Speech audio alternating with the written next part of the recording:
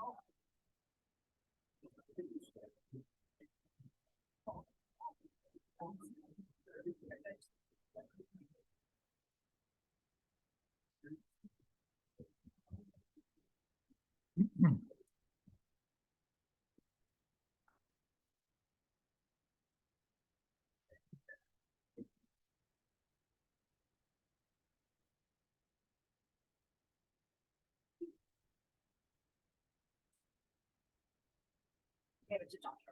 you.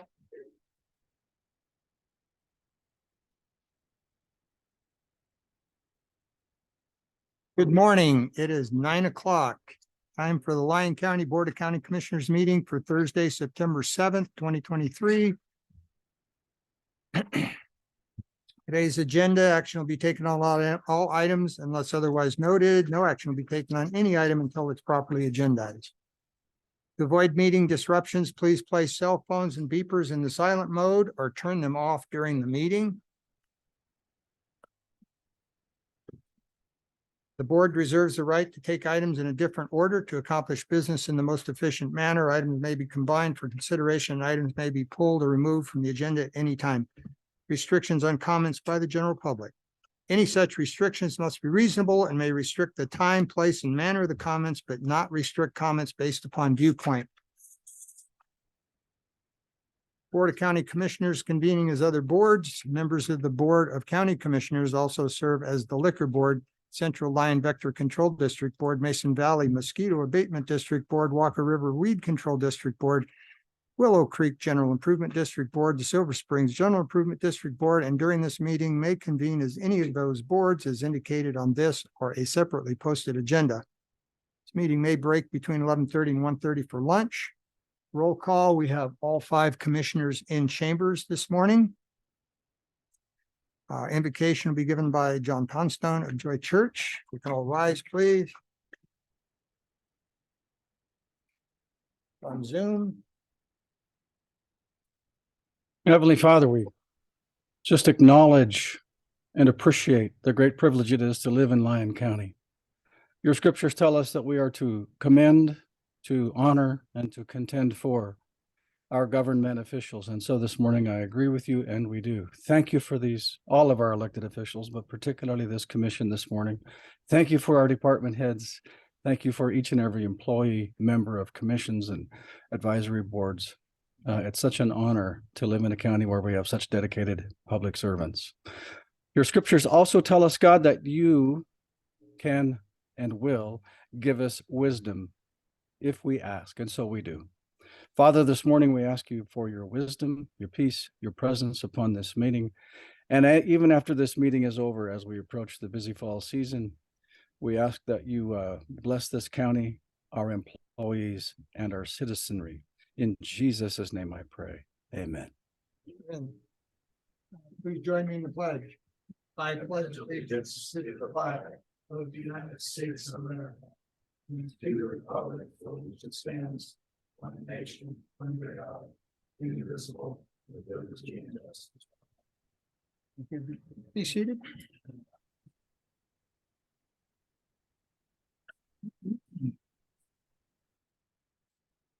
Public participation. No action will be taken on any item until it's properly agendized. It is anticipated that public participation will be held at this time, though it may be returned to at any time during the agenda. Citizens wishing to speak during public participation are asked to state their name for the record and will be limited to 3 minutes.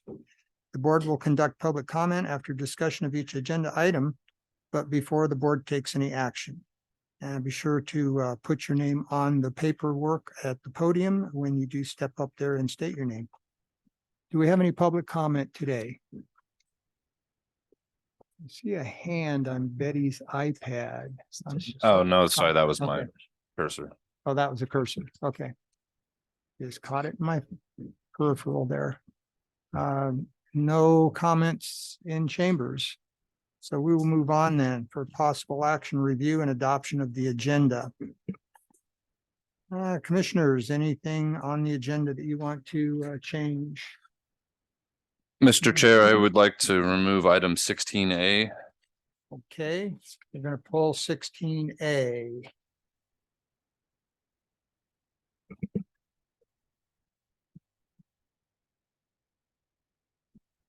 Anything else? From the staff, from the public, I would also recommend we move item 7A up. move 7A up to our next item.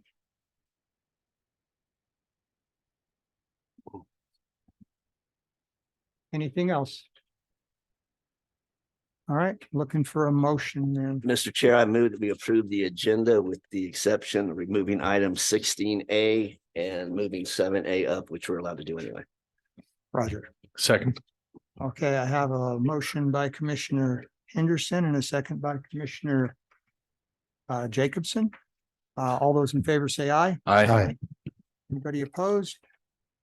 So it passes 5-0. So we are going to move on with the agenda to item 7A, which for presentation only, present life-saving awards issued to Deputy Levi Bell and Deputy Ariana Mendoza. And so Sheriff, you coming up. Sheriff Pope, the floor is yours.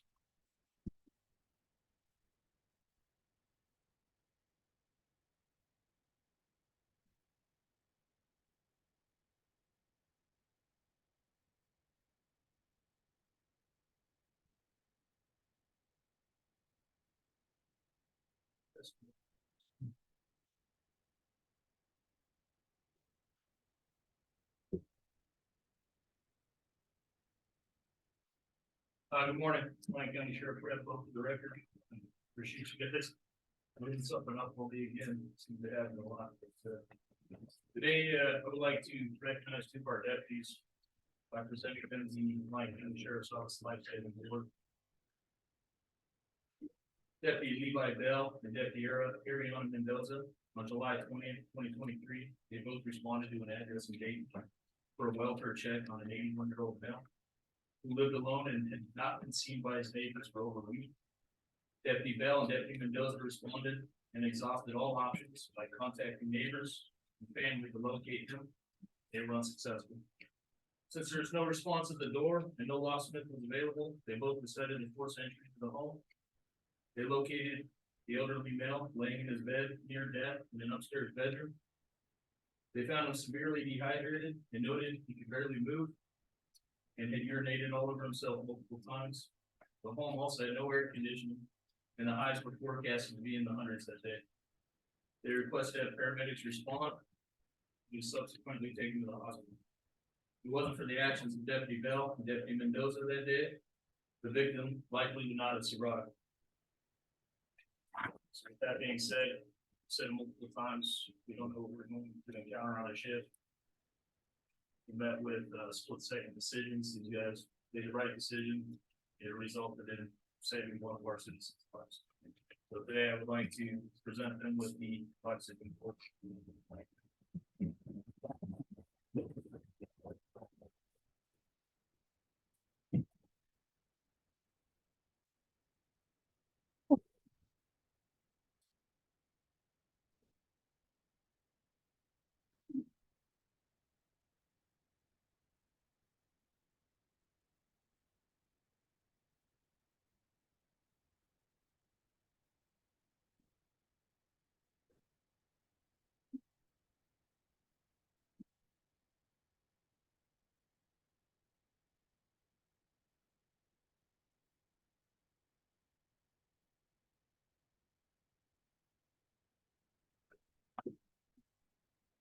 Almost finished the ride. Did you get it? Yeah. Let's see.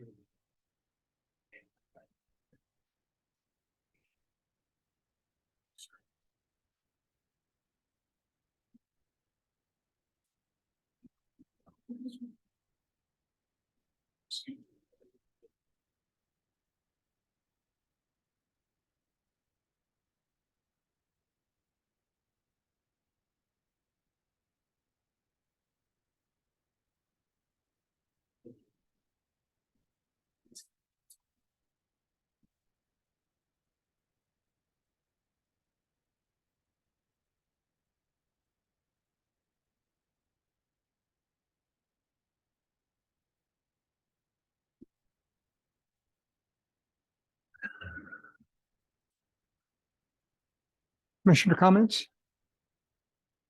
Any commissioner comments? Chairman Go Hockaday, ahead. just thank you both very much. We appreciate all you men and women and with Lyon County Police. So appreciate it and very well done. I'm sure the family is very grateful as well. So hats off to you. Commissioner Keller. Thank you very much for what you've done for the county and for the people that you respond to. Thank you. Commissioner Hendricks. I just wanted to say thank you. We seem to be giving out a lot of these awards because we have an outstanding sheriff's department. Thank you. Commissioner Yes, Henderson. thank you, Mr. Chair. I just want to add my thanks to you as well, not only for this, but for your daily service for our citizens. Thank you very much. Yeah, absolutely. We're always hearing negative about law enforcement. It's just, we know that 99.9% of the time they are out there helping every individual in this county. And we really appreciate it. Those of us that have been a little bit in law enforcement here and there know that you don't always get the credit you deserve. Today, I'm glad to see that you got the credit you deserve for saving a citizen's life in this county. Thank you very much. Okay, we have a time certain at 9 o'clock, a presentation only, presentation on fire adapted Nevada fire safety from the Nevada Division of Forestry. This is Kelly Nevels.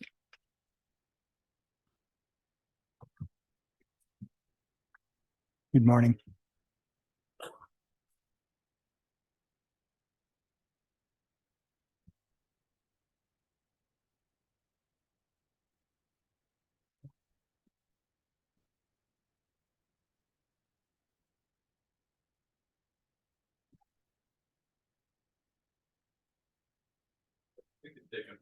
Oh, yeah. Take 5.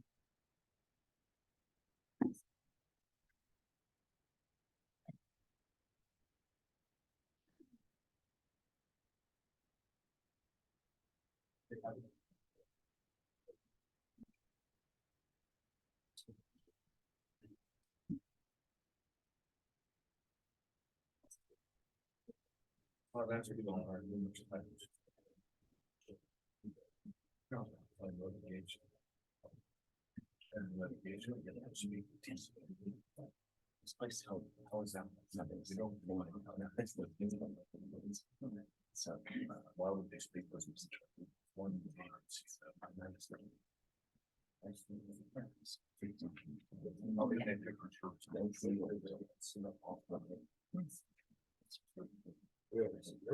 One thing that we go there. Every year, what's right.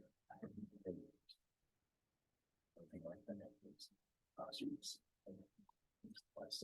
Fly, fish, that thing.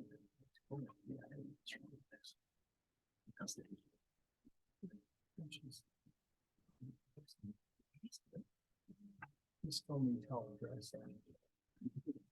Right. I don't know.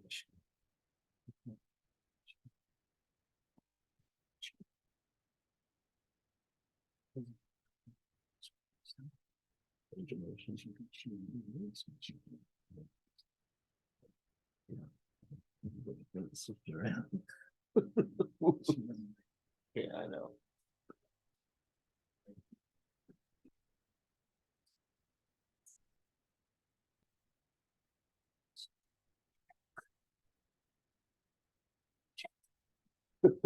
What a win.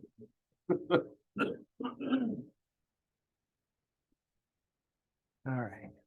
Figure out how we're gonna get this into the system. Huh? Figure out how we're gonna get a presentation into the system.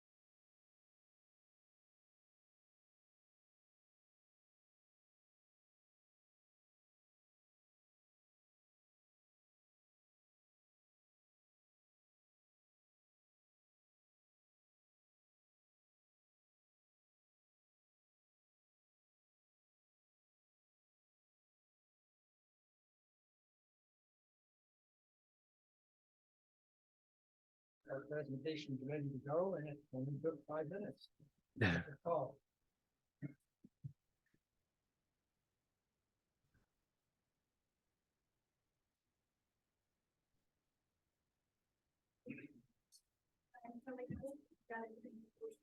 I am fired up in that coordinator for the state of data. My job is to create fire gap communities for all things like health and business in the state of data.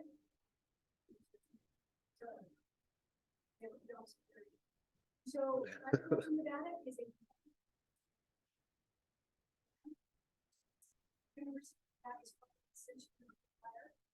a districts.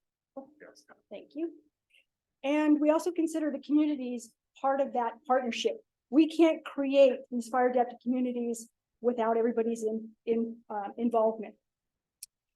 So what we try to do, welcome to September, which is emergency preparedness.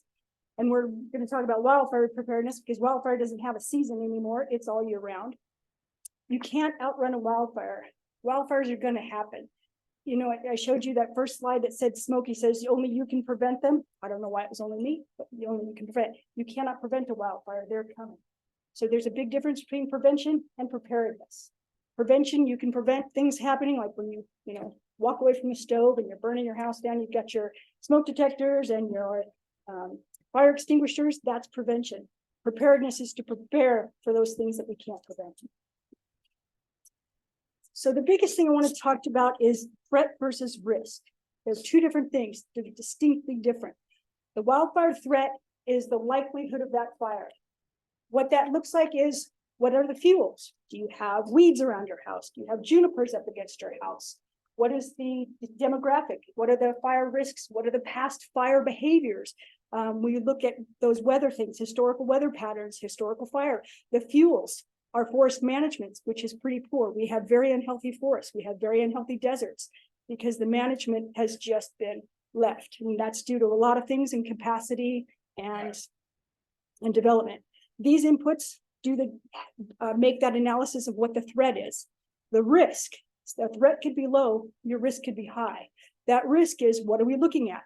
What are we looking at? Demographics. What would we lose if a wildfire happened? The threat could be nominal, but the risk could be great. They are distinctly different things. The threat is the likelihood of a fire. The risk is what the potential loss is. That could be homes, lives, economy. Did you bring up that site? And to make my point, the state of Nevada has a website that everybody can go to. It's this resource portal, and you can see the difference. Excuse me, occasionally I'm on Zoom and when you walk away from there, we lose you on Zoom. Okay. The speaker said that you seem to turn to the audience and back to us and stuff. And when you're on Zoom, it goes in and out. I see. So the Okay. people, I just wanted to bring that to your attention. So I guess I'm gonna navigate from here. Follow me. Okay, so this is your wildfire threat. And if you want to go up to the, enter the address and you could just put Yarrington in here, up in that white box to the right, or you can zoom in.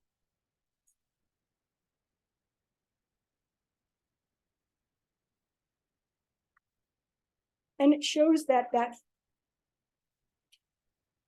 your wildfire threat is pretty low. So go to the little, there's 4 little icons with underneath Yarrington, and the one that's split right there, click on, nope, yeah, that one. Slide in the middle, slide that over. See the little slide line in the middle? See the, no.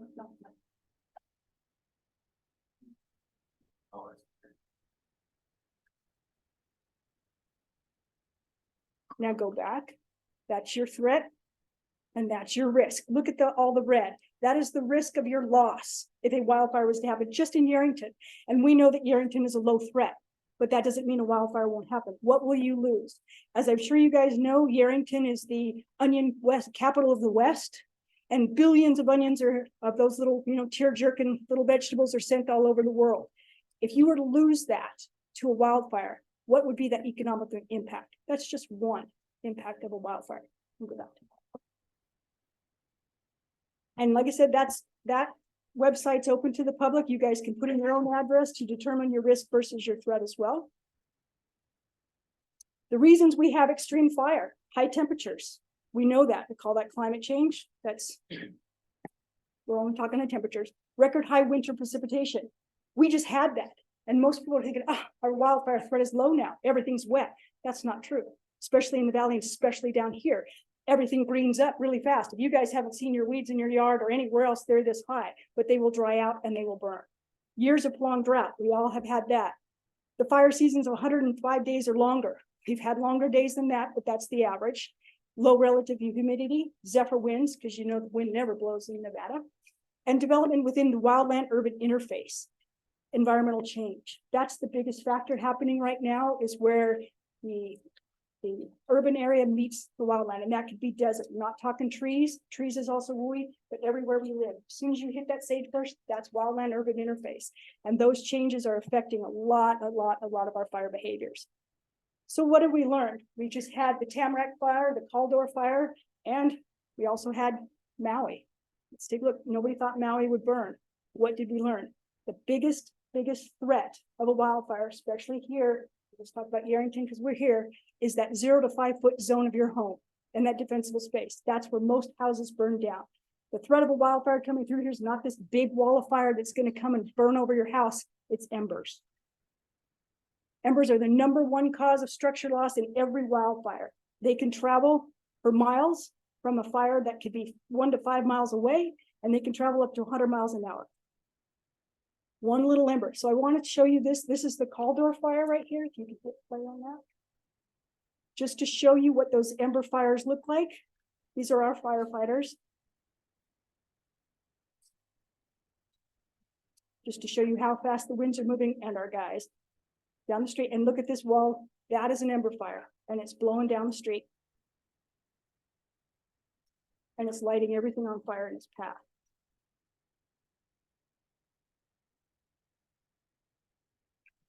And you can stop that. Next slide.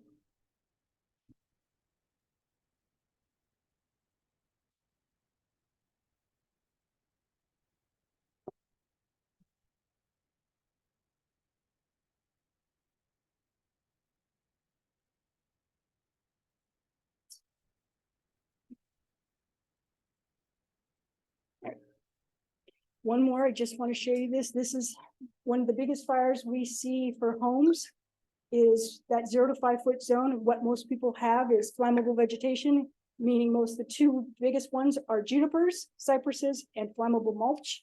Go ahead and show this one. This one is just going to show you. I can talk about it all day. This is in Colorado. The fire is about 1.5 miles away. This home happens to have mulch. That's an ember that where you can see where the fire is. You can see it smoldering.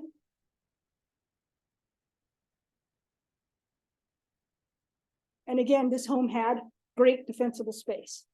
So they thought.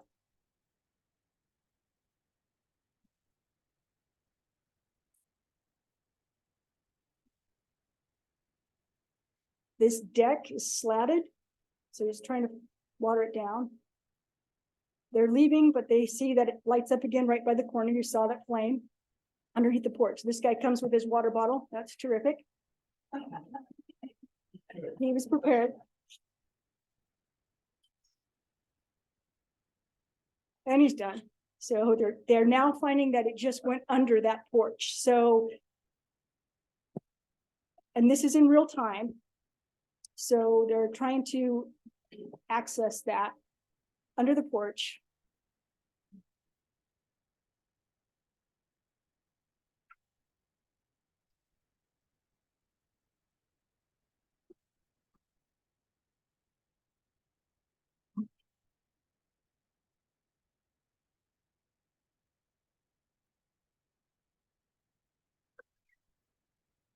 Now, this firefighter here is still smelling smoke. He's seeing hot spots and he can't get it. It went up the columns about that porch. They're hollow.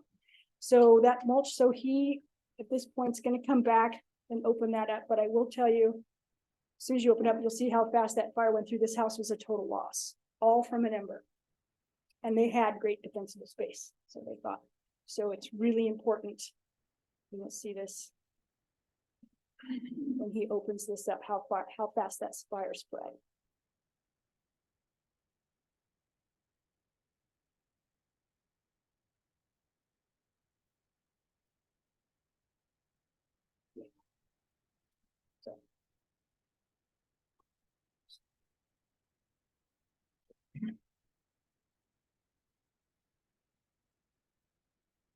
And then that's, so that house again was a loss. Go ahead. So this home wasn't prepared. It has everything wrong with it. The mulch and junipers, which are highly flammable. Okay. And this is what we would like to see in that 0 to 5 foot zone. Go ahead. I should be doing this now. Sorry. So this is just one more thing. This was, oh gosh, it was the Northern California fire. I believe it was up by the town, little Greenville that burned down. This is just, I want to show you how fast the fire moves, but then people with their ornamental junipers that are just in their lawn. So you'll see how the embers just go across the light. It's to the right. You'll see the little junipers got flames on it, and it did burn that house down as well.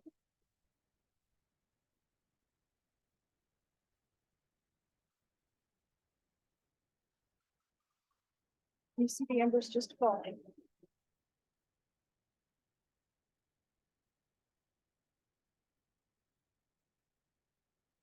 That's a juniper that's on fire, lights that house on fire as well.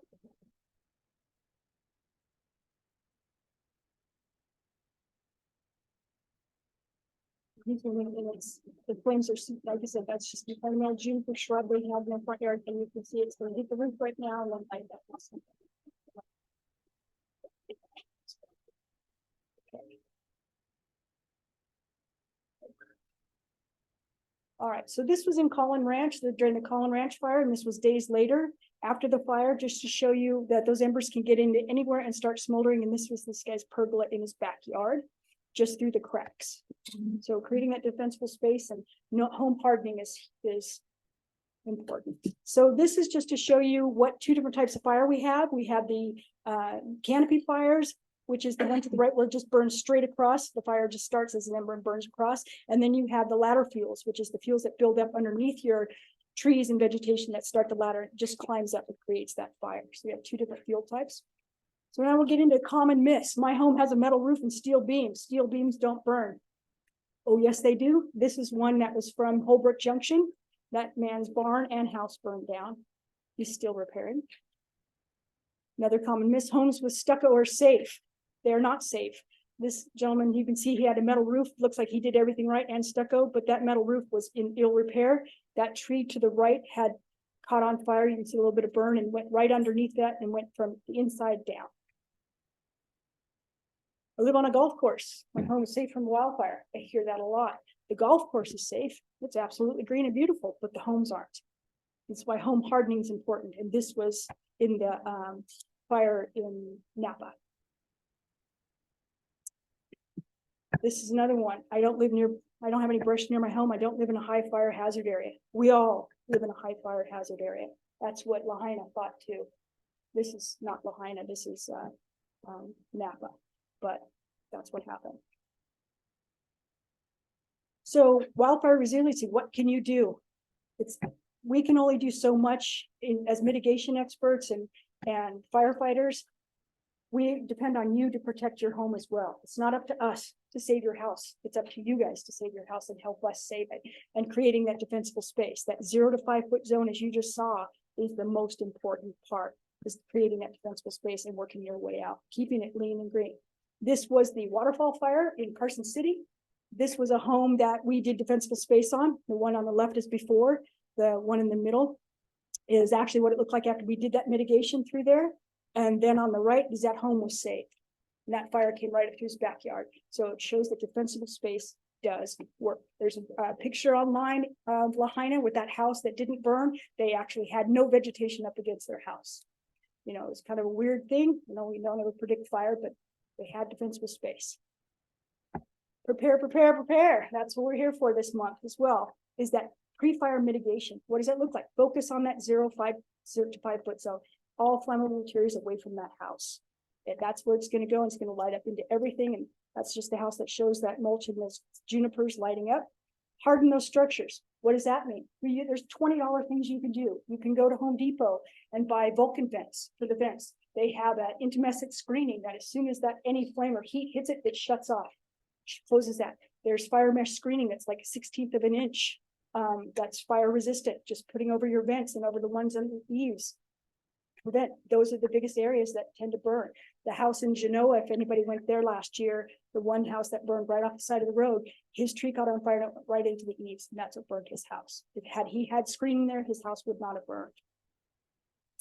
So what can you guys do, and what does FAN do, Fire Adapt in Nevada, is we help you get prepared. Each community can improve your wildfire risk. That's by doing mitigation efforts. Matter of fact, I'm working with Team Nightingale on a project, a mitigation project in Smith Valley here, and we're going to be doing some defensible space inspections in the neighborhood that's part of a grant to reduce those fuels, to reduce that risk of wildfire. So what we do for Fire Adapt in Nevada is we have that agency interface. You in this room have so many resources available to you that it could be overwhelming. You have BLM, you have your fire district, you have me, you have the state of Nevada resources, and you also have Living with Fire through the university. There's all the information you could possibly get. What do you need? Do you need technical assistance in your community? Do you need the defensive space inspections in your community? Do you just need education? What is it that you guys need? We're here to help you with. Do you need a project management? That's what we can do. Do you need a grant to fund a fuels reduction project in your community? Do you have elderly populations that have junipers up against their house? You can't even see the house. Is there something we can do as a community to help you solve that? That's what we do. Grant opportunities, proposal preparedness. Are you needing to do the WUI code? I know you already have the WUI code. Do you need ordinance adoptions? What do you need for a proposal to change landscape ordinances, to eliminate all those junipers? I work with HOAs, have 3 HOAs now that have changed their landscape plan after becoming a firewise community, that in the next 5 years, there will be no junipers or cypresses in that community. Problem solving, what is it that we can identify?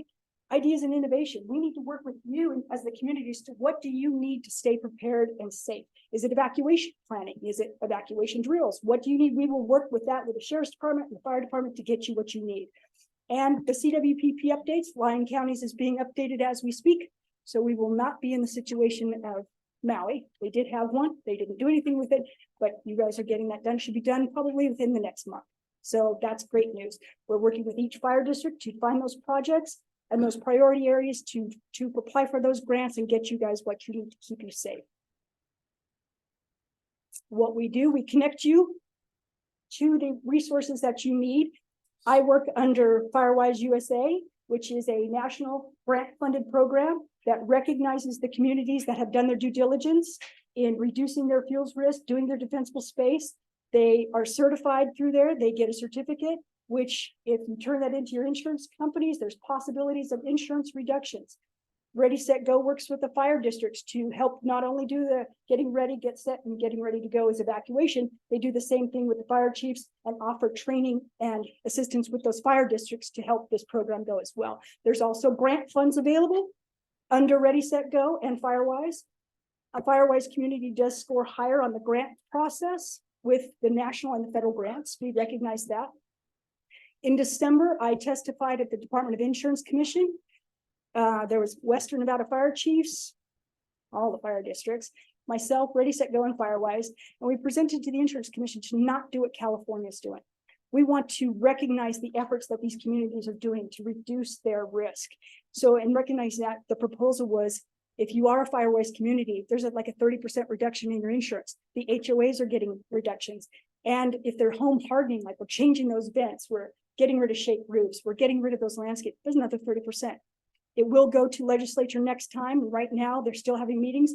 They want to recognize the efforts. They don't want to mandate, as California says, we're going to mandate everybody be Firewise. It's a voluntary program. I don't know how you're going to mandate a voluntary program. What we would rather do is mandate insurance reductions. So that's going to get everybody to do it. You mandate you an insurance reduction. If you're a Firewise community, we're going to get a lot more engagement. But we got to get the education and the word out there. So becoming a Firewise fire adapted community takes 8 homes.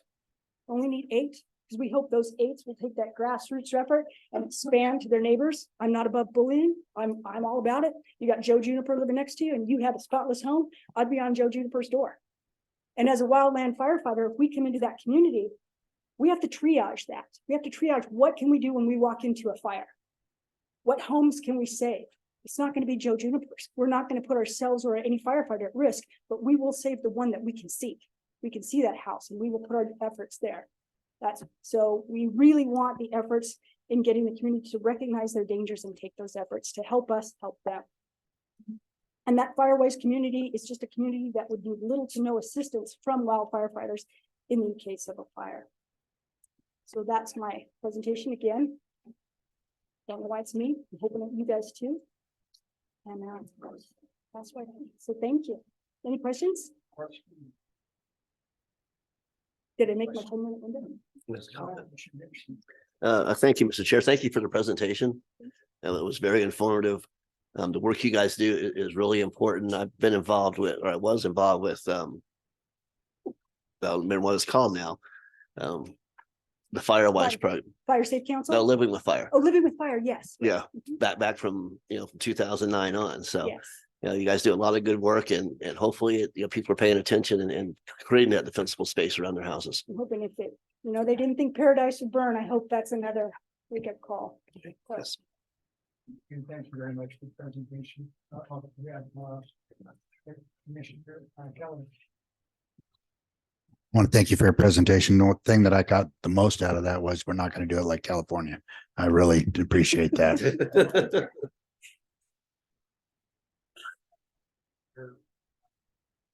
California is actually, in many cases, canceling their insurances.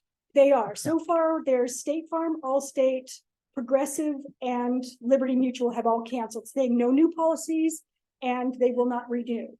Nevada's the only one in Nevada has done that is Progressive so far. However, there are hundreds of other insurance agents in the city of Nevada that are recognizing that.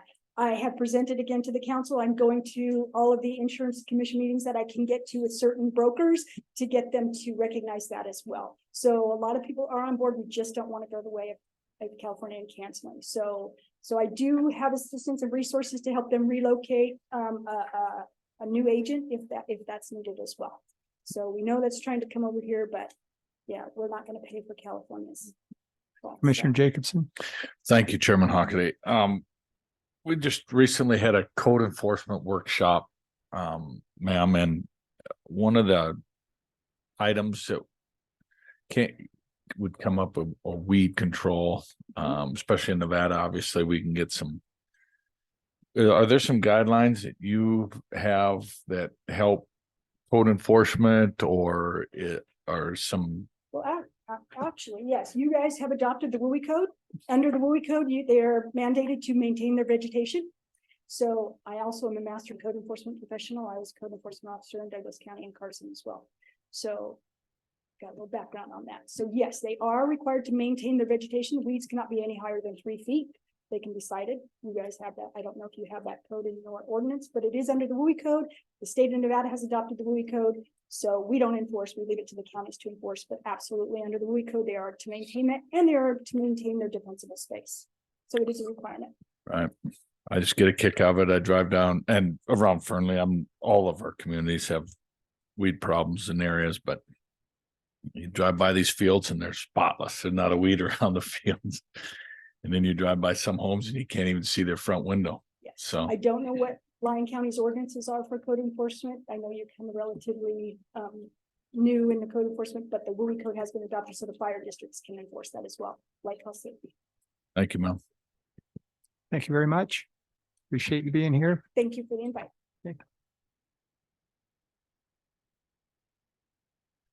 We're going to move on to 6B, time certain 9:15. We are past that. For possible action, presentation from City of Fernley on the U.S. Bureau of Reclamation's Truckee Canal Extraordinary Maintenance Project, impacts from the project, and the status of associated litigation. Mr. Rigdon. Thank you, Mr. Chairman, and thank you to Commissioner Jacobson and the rest of the board for inviting me back here today to give you an update on what's happening in Fernley with the Truckee Canal. You may have seen last night on Channel 4, there was a news story on this. We have a problem in Fernley. We have a precipitous drop in water table. We have wells going dry. We have people losing their water supply to their homes. And unfortunately, this was not an unforeseen or unexpected disaster. It was foreseen, it was known. The Bureau of Reclamation and TCID both knew and purposefully did this to the citizens of Fernley. And if I seem a little angry and a little frustrated, it's because I am. We've been fighting this for years, and this we knew this was going to happen. Everybody knew this was going to happen, and the way the Bureau of Reclamation and TCID have acted with utter and complete disregard for the citizens of Fernley is just very frustrating.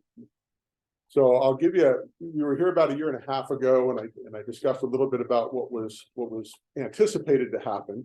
Now that it's happening, I'll give you an update on where we are with some of the litigation over this and Fernley's efforts to do that. I'll try to make it as brief as possible.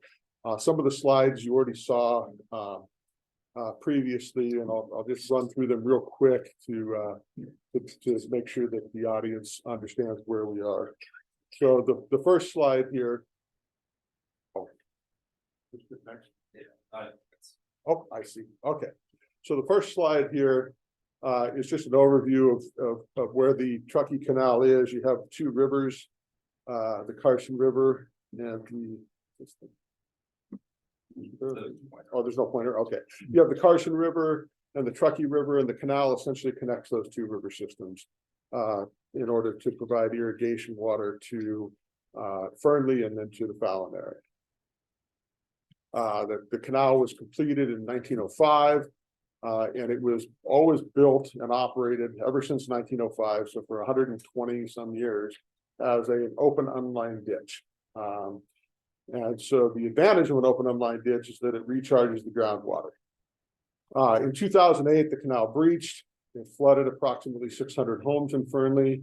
It was a very large and that one was an unexpected disaster, although it was a result of TCID spending, deferring maintenance for 30 years and not doing proper maintenance on the canal. If they had, the breach would never have occurred, but they didn't. The breach occurred, flooded about 600 homes in Fernley. That shows you the extent of the flooding. It was an area right off of Farm District Road, where Farm District Road makes that 90-degree turn from south to east. So after the flood, the Bureau started looking at ways they could fix the canal on a long-term basis.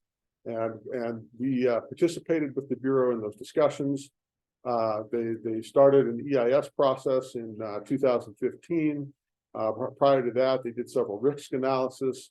And in all that process, they identified several potential fixes for the canal. And I want to emphasize that there were other ways to do this other than the way they're doing it now.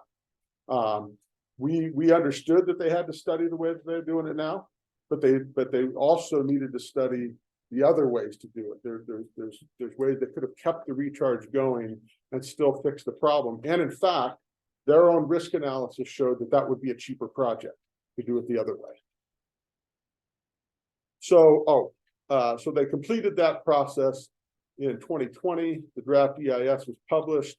And in the draft EIS, they completely ignored the other alternatives, focused only on alternatives that had to do with lining the whole canal, and said, we're not even going to consider anything that's not the lining project. They finally published that EIS in 2020 and issued what they call their record of decision. That's their administrative action.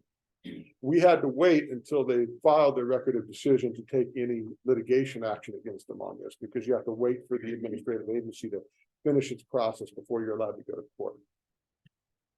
So what did they do in their action? They authorized lining the entire 12.7 miles of the canal from Fernley. That project is incredibly expensive. So instead of doing the full 12.7 miles, what they're doing now is they're constructing what they call phase one of the project. And that's lining 3.5 miles of it. That phase one alone is a $35 million project. Unfortunately, when the Bureau of Reclamation builds a project, they pay for it up front, but they require under federal law for the water users in that district to pay them back for that amount of money. So the water users in the Newlands project are on the hook for the $35 million. TCID entered into a contract with the Bureau for the water users to repay that cost over 50 years, and they've now started imposing assessments on the water right holders. Fernley, the city of Fernley is a water right holder of water rights in the Newlands project. So not only are they going to harm us with the project, we're going to have to pay them $2.5 million to pay for that project that's going to harm us. So this is just showing what the fundamental problem here is. The natural perennial yield of the basin is 600 acre-feet. If there was no canal there prior to 1905, just rainfall alone, snow melt, that type of stuff seeping into the ground produces about 600 acre-feet a year of recharge into the basin. But the canal was there. The canal was put in, and Fernley was put in at the same time as the canal. And the canal was put in specifically to develop that area and allow and create a place where people could form a settlement like Fernley. So the canal recharges about 12,000 to 18,000 acre-feet of water into the basin just from the canal itself. And total water commitments in the basin are about 12,000 acre-feet. So the state of New York relied on this recharge, allowed people to appropriate water on that basis, and fully appropriated that 12,000 acre-feet of recharge. If we lose the recharge, the basin becomes out of balance, which is what we're seeing now. So this was back in 2002. The Desert Research Institute created a groundwater model for the Fernley area. And they did a seepage analysis, and they did to try to determine where's the areas in the canal that are creating the most seepage into the groundwater aquifer. So the areas in red on there are the areas of the greatest amount of recharge that's occurring. The areas in yellow are a moderate amount of seepage, and the areas in green are essentially very little seepage that's occurring to the groundwater system there. Why is this important? Because when we put this map up against the phase one map, you can see where the phase one map will, where the lining will impact the recharge. And so the two maps aren't exactly the same scale, but essentially where you see that, where it says site 2 on the bottom one, That's that's roughly about where the canal lining is going to start. It's going to continue around the S curve there, and it'll end just east of where it says site, I believe it says site 5 on there. And so you'll see that even with phase 1, we will still have some recharge occurring. There'll be an area of high recharge to the west of the city, and an area of moderate recharge just to the east of where the lining occurs. We don't know how much recharge we'll continue to receive after this phase 1 lining, but we do know it'll be some. Right now, there's no recharge occurring because they have the canal shut off, which we'll talk about in just a minute. But it's supposed to come back online sometime at the end of October, early November. And when it does, we'll start seeing some of that recharge start occurring again, and we'll get a better idea of where we are. We asked, now remember, when the federal government does an environmental impact process, they're supposed to do a complete analysis and get a complete understanding of what the environmental impacts of their project are going to be. We asked them several times throughout the whole process, please use the groundwater model that DRI developed and use it to analyze the different alternatives so we can see what the impacts are, and even what the impacts of a phasing would be. They refused. They said, we're not going to look at that science. We're not going to, we don't care. That's essentially the message they gave us. We don't care. And so we went ahead, City of Fernley went ahead, spent our own money and hired one of the scientists from DRI, a gentleman named Dr. Poole, to run some simulations. Now, keep in mind, this assumes lining the entire 12.7 miles. So this doesn't deal with just phase 1. This is the whole project. And it showed that after 40 years, the water levels will drop by 90 feet and 71% of the domestic wells in Fernley will have failed. This is a huge problem. We have a city water system, and the Bureau's response was, oh, people can just hook up to the city water system. Well, that's not viable, as you guys know. That's not viable in many of these areas, especially areas south of the canal. We have no infrastructure there whatsoever. You're talking, some of these lots are 5, 10 acres. It just doesn't make sense to run a municipal water system to homes on 5 and 10 acre lots. It doesn't work. You'll never recoup the cost of that system through your rates. The other thing the federal government told us is, well, Fernley, like I said earlier, we have some Newland Project water rights, the surface water rights. You can just replace your groundwater with surface water for your municipal system. Well, one of the big problems with that is Reclamation itself has said we can only use our surface water. They put a regulation on it. We can only use our surface water during the irrigation season. So between April and October, we'll be allowed to use our surface water. But if we can't use our groundwater in our municipal wells for the whole city, between October and April, we've got a big problem. And the Bureau, again, they just said we don't care. In addition, the use of surface water requires drought storage. It's also subject to drought cutbacks. We don't have those issues with groundwater. The model that Dr. Poole did showed that our municipal wells will continue to operate even with that projected 90-foot drop because we drilled them deep enough for the municipal wells. But it will increase our operating costs, and it will increase the mineral concentration. The more the water level drops, the more the minerals concentrate, and so it increases the treatment costs of the water as well, which means even higher water rates in Fernley in the future if that occurs. So I want to emphasize this. We have never tried to stop the Bureau of Reclamation from fixing the flood risk. That flood affected 600 of our citizens' homes. And we have wanted that problem fixed. We don't want another flood in Fernley. That would affect our citizens significantly. But this problem can be fixed without cutting off the recharge. These are some of the alternatives that we had proposed during the process that, again, the Bureau's own analysis said was cheaper than lining the canal to do these alternatives, and that would have fixed the flood problem. But they just threw them out. They said, we're not even going to look at these alternatives.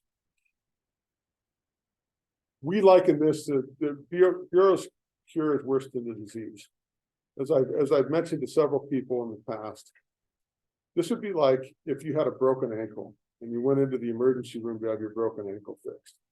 And the doctor said, you know what, I'm not only going to set your broken ankle and fix it, I'm going to make sure you never have another broken ankle again because I'm going to cut off your whole leg. And then sends you a bill for that privilege of cutting off your leg. That's what's happening here. And that's the best analogy I can come up with for this. To fix a problem that affected 600 homes, they're now going to put at risk the water supply of all 20,000 city residents. So we have lawsuits going on. The first one that we filed was, again, we had to wait for the Bureau to issue their record of decision, but immediately after they issued that record of decision, we filed a case in federal court alleging violations of the National Environmental Policy Act. The Bureau essentially ignored its own regulations. It says it's supposed to use the best available science, like the groundwater model. It's supposed to consider all alternatives. It's supposed to consider mitigation measures that could be implemented. And the Bureau did none of that in its EIS. So we filed a lawsuit claiming that the EIS was insufficient. I'll get into where that lawsuit is in just a second. The second lawsuit we filed was about a year ago. TCID petitioned the court in Churchill County to, with regards to the repayment contract, to have the court say the repayment contract is valid, it's good, and nobody can ever challenge it in the future. We intervened in that petition to say that no, the repayment contract was in fact deficient, and was actually entered under duress and brought up some other contract offenses. And then the third case is also against TCID.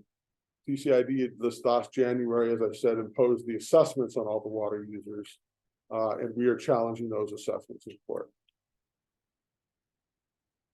So the EIS case in federal court against the Bureau, the primary issue there was the record of decision supported by substantial evidence. As I said, they must consider all reasonable alternatives. They must take a hard look at environmental consequences. All those things are requirements that they're supposed to do that we allege that they didn't do. We filed the complaint in March of 2021. The Pyramid Lake Paiute Tribe intervened on behalf of the Bureau of Reclamation, and there was some local water users that intervened on our side. The Bureau filed what's called a motion to dismiss in May, and we briefed that, and the judge came in and dismissed the whole case. Said Fernley doesn't even have standing. They said Fernley's only an economic actor. We don't have any concern over the environment whatsoever, and therefore we have no standing to bring a lawsuit under the Environmental Protection Act. That dismissal of the case, you notice the date on there, December 31st, 2021. It was right after that the Bureau decided, let's move full headed with phase one. Let's start getting this project built right after that dismissal. They waited until that point because we could have requested an injunction while the case was active. But once the case was dismissed, we were no longer able to enjoin them from doing that, even though we appealed that dismissal to the Ninth Circuit.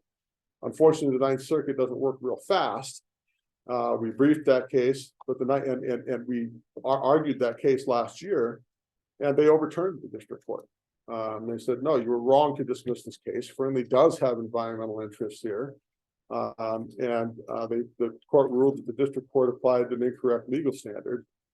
And it wasn't until May of this year they remained it back. The problem was the project had already started at that point.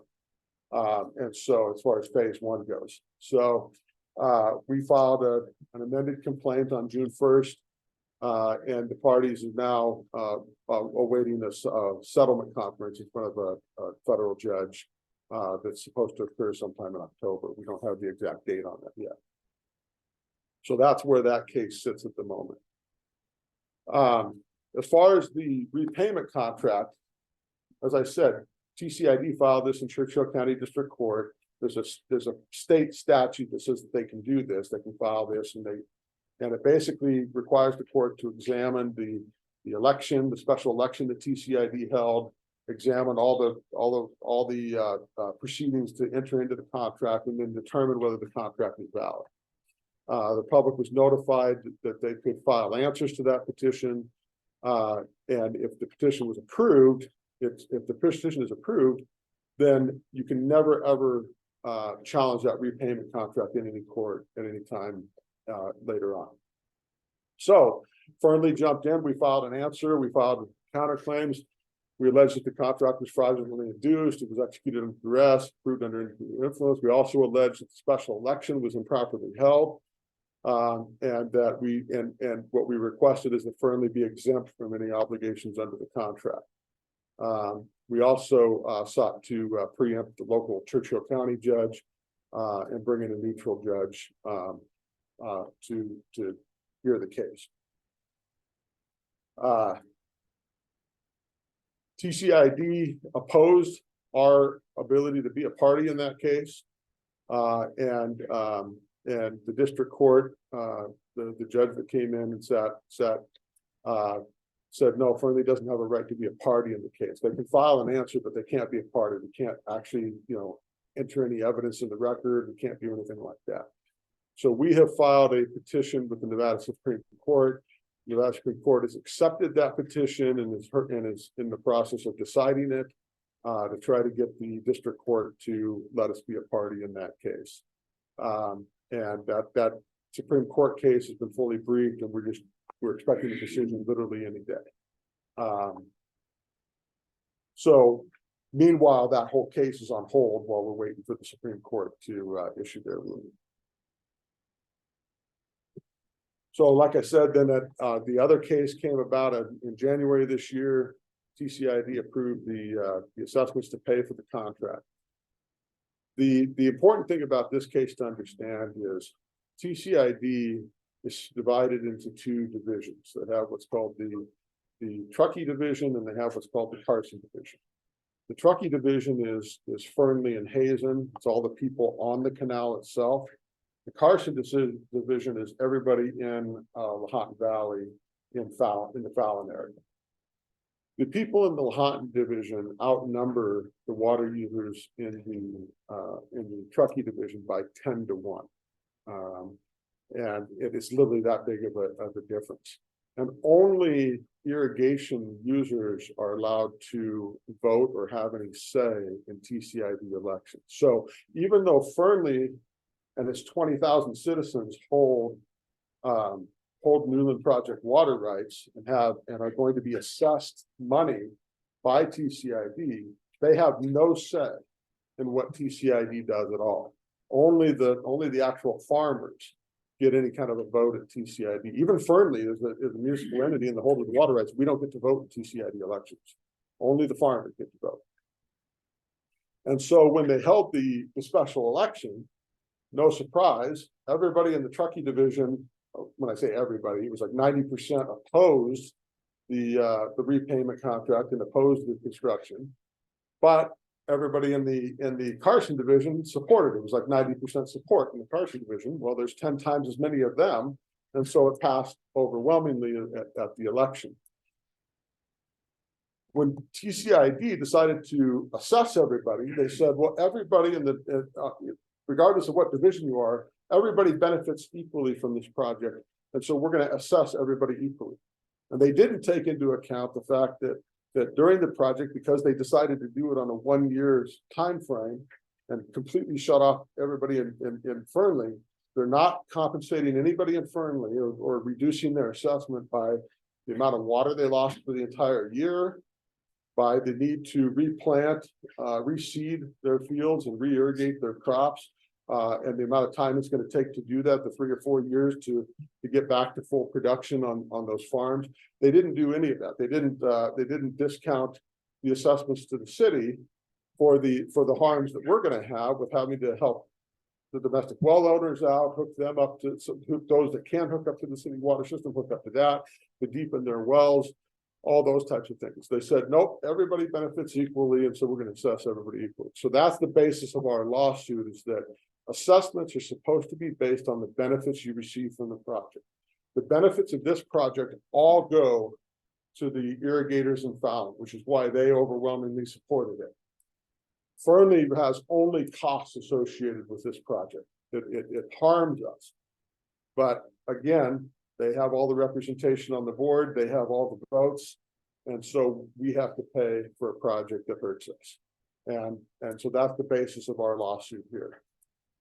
They filed a motion to dismiss the lawsuit. Oh, by the way, these are the things that they did. And this is where I'm so frustrated with TCID. You would think that, you know, you kind of expect the federal government to not care about what happens to local citizens. They don't care about local and state entities at all. But you don't expect a local entity like TCID to treat its own people with such absolute and utter disregard.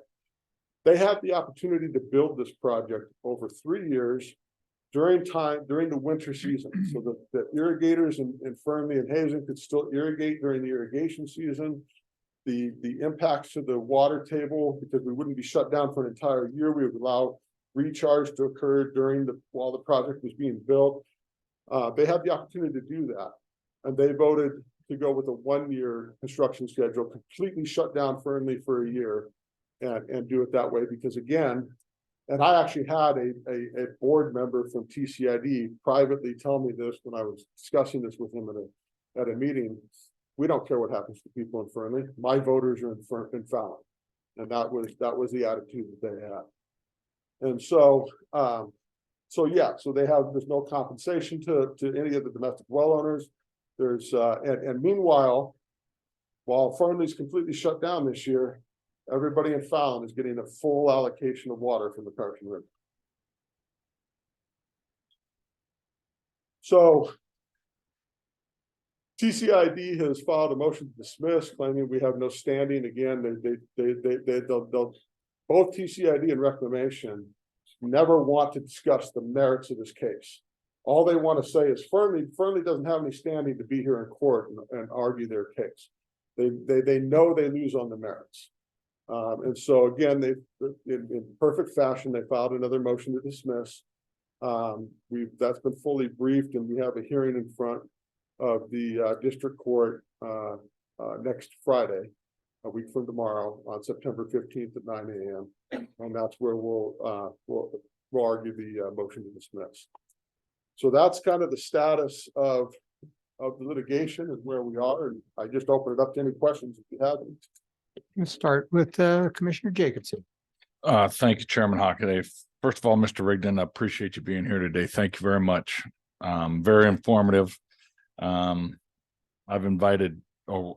had the county manager invite BOR several times, and they refuse to give us updates.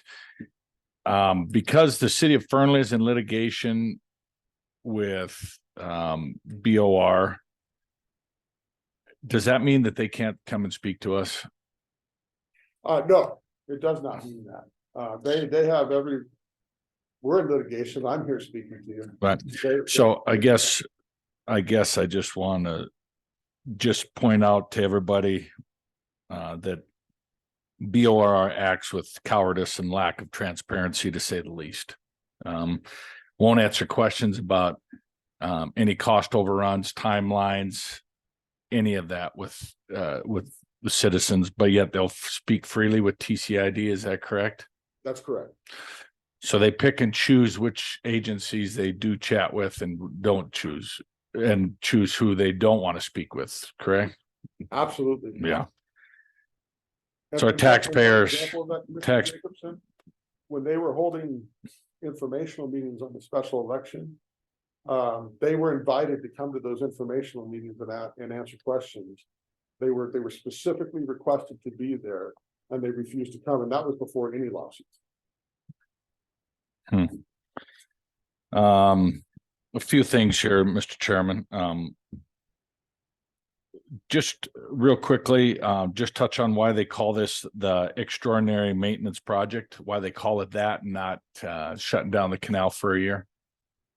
That's just nomenclature that they use for, you have ordinary maintenance, which is just regular daily maintenance or yearly maintenance. Extraordinary maintenance is what they call a massive reconstruction type of thing. In other words, it's so that people that don't, like me, a water user, an irrigator that doesn't get their water that year, we still have to pay taxes during the year, but we don't get any water. That's correct.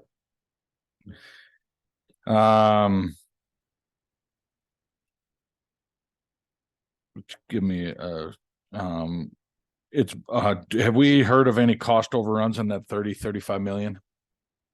Again, like you, we have asked for information. And they have not provided it to us. That one, even that one map that shows what phase one is. You notice it's not to any kind of scale or anything. We had to get that through a third party just to get that little map and understand what phase one was. They wouldn't give us any plans. They wouldn't give us any information at all. They have been completely opaque on this.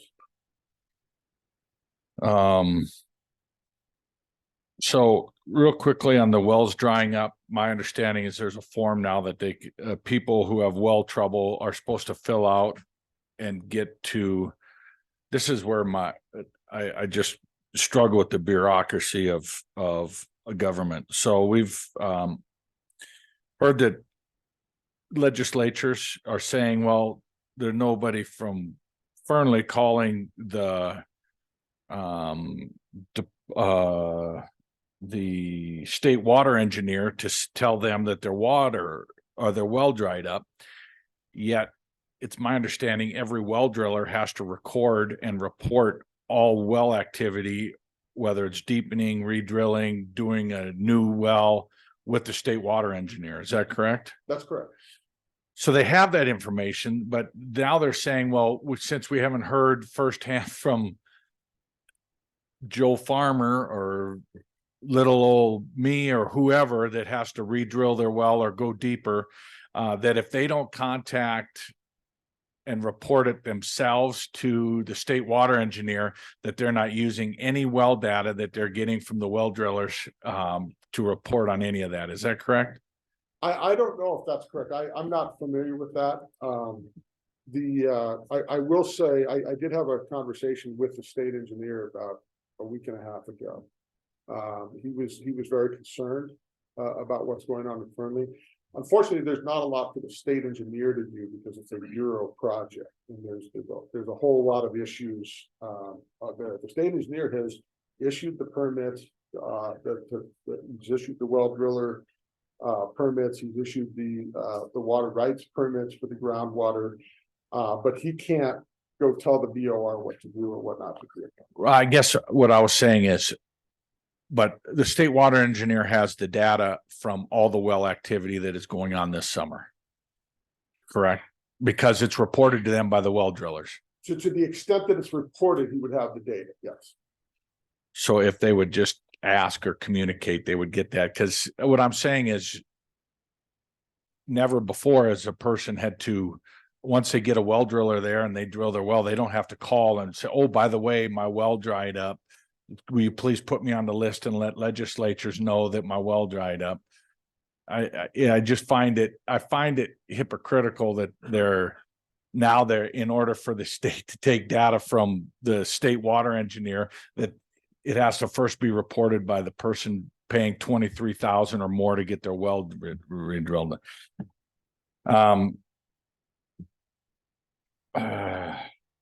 So heard from other people, has the BOR, to your knowledge, have they lowered the canal in some regards as far as the depth of those banks? And my point is, people are concerned about takeouts being now at the top of the ditch instead of the bottom, affecting the pressure coming out of there. Has that been an issue or talked about?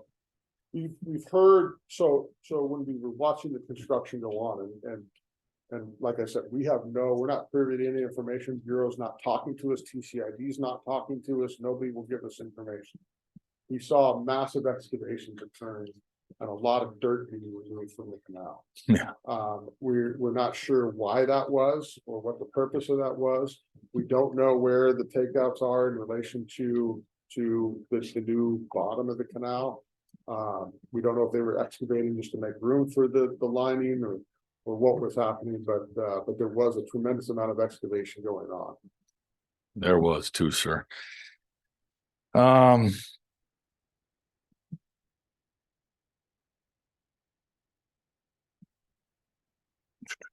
Regarding wells drying up, is there, I understand FEMA was contacted maybe, maybe possibly helping.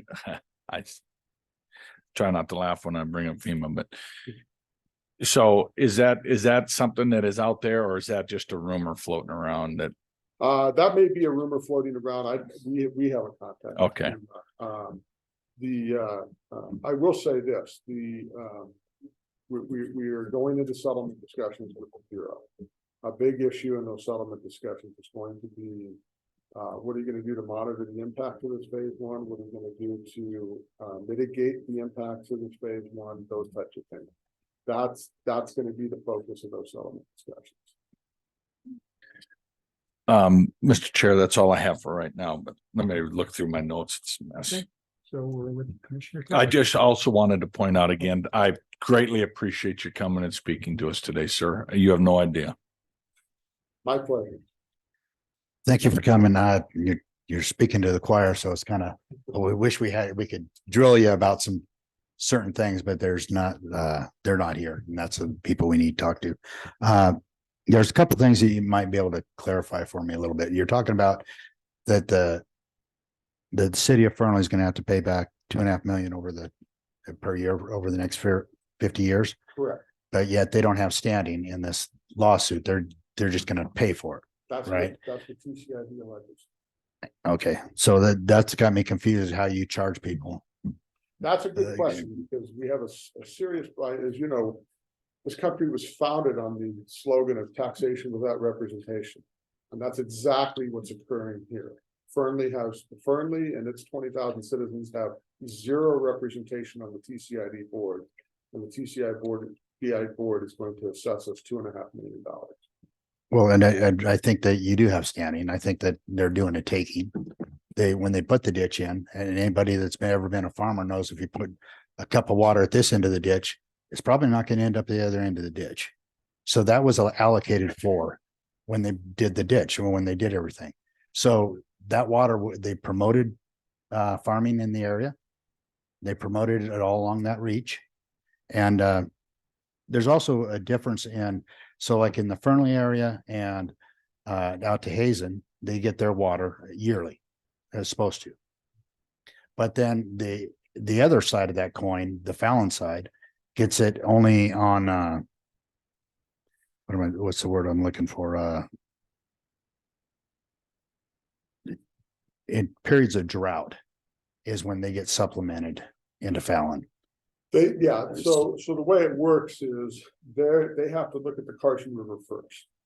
And then if the Carson River doesn't supply enough water to Lyon, then they can move water through the canal to Lyon to supplement that water. So in a year like this year, where the Carson River supplied Lyon with way more than enough water, they wouldn't have gotten any water from the Truckee River anyway. Right, but they did. So they're on a maybe not situation, but the city of Fernley and Hazen are needing it every year. Correct.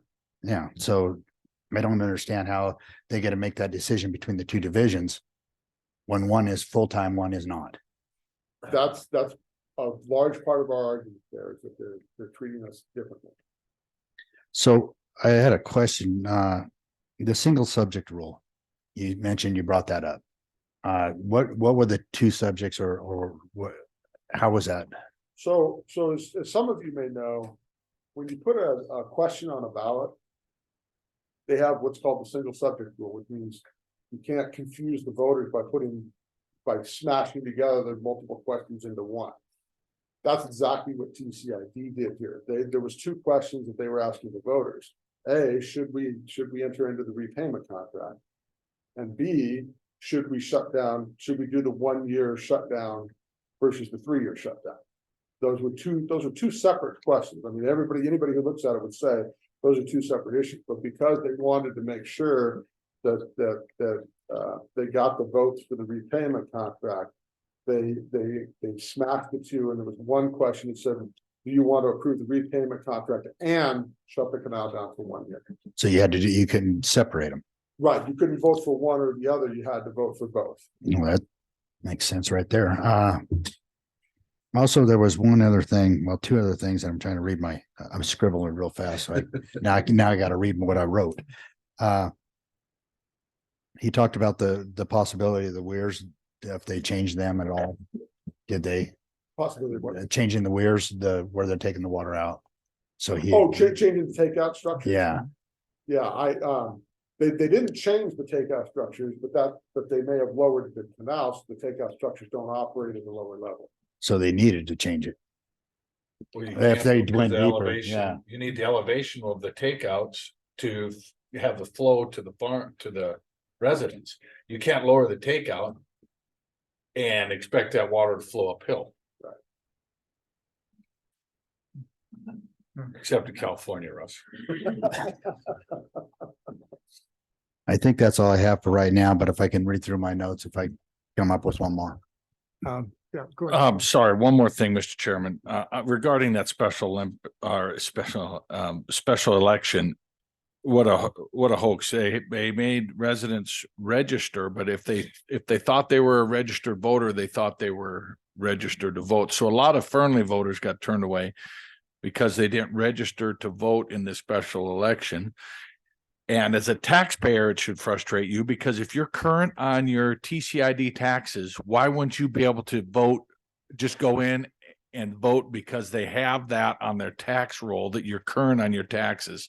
They made you go in twice, once to register in a hokey registration system and then come back and vote on a ballot question. I wish I'd have brought it and read it. It was such a farce. It was unbelievable. But as a taxpayer, they should have, everyone that was current on their TCID taxes should have been registered to vote, and that is not what happened. They could care less about that. What they wanted to do was weed out people that didn't know about or didn't go down to register for the vote that was happening at another date. It was a joke. Commissioner Henderson. Thank you, Mr. Chair. Thank you, Mr. Dignan, for a presentation that was both enlightening and terrifying. It really was. I'm a little confused or concerned about the lack of activity by DCNR, seeing as how the state of Nevada claims ownership over all the water in the state. So I'm confused of why they haven't been more involved in this. Well, like I said, the big problem. So they have authority over all the waters of the state as far as appropriating it and regulating the use of it. There's no dispute here for the state engineer to resolve because the question is not, do people own water rights? Because the state engineers already said that they do. Question is, does the Bureau's lining of the project do affirmative harm to the aquifer? And the state engineer doesn't have any regulatory authority over the Bureau to force them to tell them they can't line the canal. Okay. Thank you. And this really concerns me because what affects the city of Fernley obviously affects Lyon County. So actually, I've got a question for staff on this.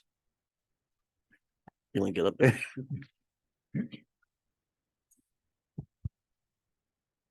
Has Lyon County taken any action on this, such as filing an amicus brief? I don't believe so. Okay, and I do notice that this agenda item is listed as an action item, but there's no possible actions listed. So I think we'd probably be in a gray area if we did that under this item. I'd have to defer to the district attorney's office on that question. But I think you can provide direction to staff as a part of this. I'd have to, or direct me to bring something back. Councilman Henderson, I believe I asked Mr. Haskins about this, and because there was an action item, and correct me if I'm wrong, Mr. Haskins, but the action that we may take is to direct staff to come back at a future meeting with something. And obviously I was satisfied with that because my last question will be to Mr. Rigdon. What are some things that this council can do to support? Thank you, Mr. I understand that. What concerns me about that is that the hearing is September 15th. And our next meeting isn't until after that. So I'd like to get some clarification on what we can actually direct. So might want to check with the DA. Okay. Commissioner Hendricks, and then I'll come back. Commissioner Emerson. Yes, Or, my question was similar. What can we actually do to help the people of Fernley? And as this progresses, I also wanted to ask if we can get regular updates on this so that we can stay up on it and do whatever we can. And that's a very good question. And first of all, let me state how much Fernley appreciates the support of the county commission on this. The moral support is as important as anything else. And we're very appreciative of the fact that at both a year and a half ago when I came in and presented, we had you guys' support. You guys had our back. As far as what you can affirmatively do with regards to the litigation, there's not, unfortunately, a lot. I mean, we've talked about standing issues that keep challenging Fernley standing. Well, Fernley, as Commissioner Keller pointed out, we're the ones being directly impacted. We're the ones having to pay the assessments. We're the ones that have the municipal wells, those types of things. That's where we get our standing from in order to be able to have these lawsuits and file these actions. Unfortunately, the county doesn't have any of those linkages that would allow them to jump in and support us in the litigation. So from that standpoint, I don't know that there's direct action that the county district attorney's office can take to support us. They've certainly can lend us aid and comfort, I guess you could say, but we're fully staffed on this, so it's not like we're understaffed or underfunded or as far as the litigation activities go. But yeah, I mean, I think at this point, the biggest thing the county commission could probably do is simply put a resolution on a future agenda item. And I could help the district attorney draft it, expressing your support for Fernley's position on this. And then we can use that resolution as with regard to some of our legislative activities that we're pursuing on the side as well. With regards to Congressman Amity has been extremely supportive, and as has been the rest of our congressional delegation. But the local Nevada legislature, there's some things that they could do to help us out, and if we had a resolution of support from the county commission, that could go a long way. Go ahead, Commissioner. So you just answered one. Go ahead, and if we're going to get an answer to something else. And I was going to say that Mark Amadei's office is on the line on Zoom. Steve Rye, District Attorney. Based on what Mr. Rigdon has said, the DA's recommendation would be that we bring this back with recommendations, including the resolution at the next meeting. Mr. Haskin and I can get in contact with the city of Fernley and Mr. Rigdon and come back with what other recommendations might be. But based on what you've been told today, it's unlikely that there'd be any benefit to trying to intervene in that litigation prior to 15. Anything further, Commissioner Keller? Yeah, I just really was going to go back to what I was asking you before. So what I had was using influence and through Congress and through us. So that was one of my notes. But also, I noticed that a lot of they're doing some what it appears to be, and I have to go out and look, but I'm getting the complaints of when they dug that ditch, they're actually encroaching past the survey markers onto private property, and to resolve that out there too. So that's a city of Fernley thing, but it's. Yeah, that's been an enforcement issue in the city of Fernley. So I'm sure in most municipalities, Fernley has ordinances that require grading permits if you grade or move a certain amount of dirt. Unfortunately, the federal government is not required to abide by local ordinances and policies, so they can just violate local ordinances at will. the private property owners who receive any excavation materials, they're required to get a grading permit from the city. And many of them didn't, and so we've been dealing with that issue.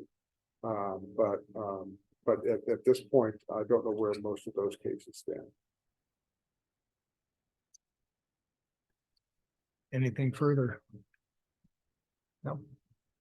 Thought of any more questions? All right. So it is a poor possible, yeah.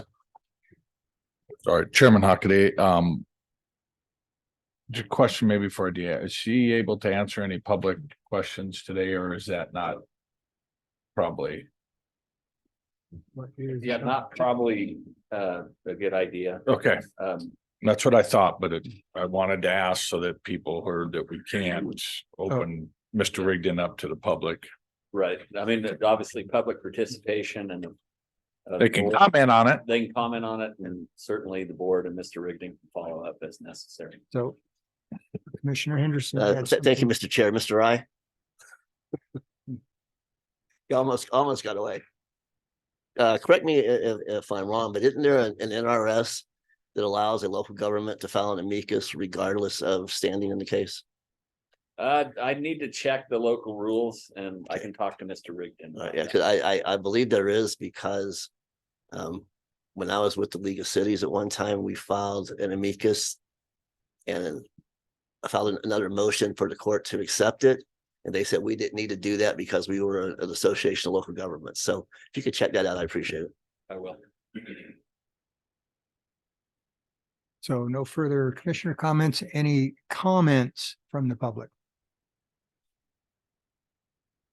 Seeing none, then we do have an action item here, I believe, dealing with probably a resolution and action for the next meeting. Can I get a motion for this action item? Yeah. Chairman Hockaday, I'll make a motion to direct staff to create, work with Mr. Rigdon and the city of Fernley on drafting a resolution Okay, in support of the city of Fernley. all right. And Mr. Chair, yes, may I comment first? Yeah. With Mr. Commissioner Jacobson, would you consider expanding that to include having staff look at other options besides just drafting a resolution? And I would Up to and including. the definitely include that in the motion to, I guess, I don't know how you'd word that, but encourage, to ask staff to look at other options as well in support of city of Fernley, besides not just the resolution. I'll second that. okay, so motion by Commissioner Jacobson, second by Commissioner Henderson. All those in favor say aye. Aye. Any opposed? So that motion does pass 5-0. Okay. Thank you, Mr. Rigdon. Request for a 5-minute break. We'll go till 10:40, actually. The 8 minutes.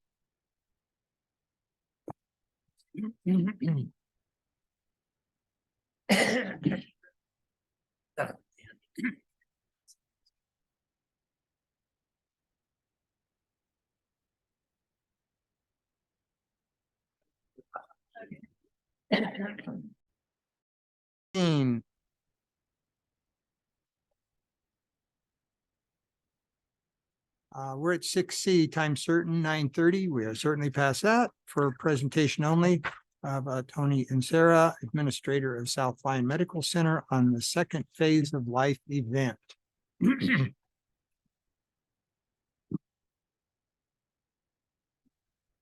Good morning, Tony and Sarah with South Lake Benefit Center. It's an honor to be here, and I want to especially thank Chairman Hockaday and Commissioner Jacobson, Mr. Hoskins for the recent tour, and know that the doors are always open. I would love to be able to show you. We have an amazing facility with history, and proud of the diagnostics and the care that we can provide. So we are planning, we have seen a huge increase in the needs of our elder citizens, our older populations needing some kind of long-term care, whether it is just a part-time assistant in the home, or assisted living, even moving on to a long-term care setting.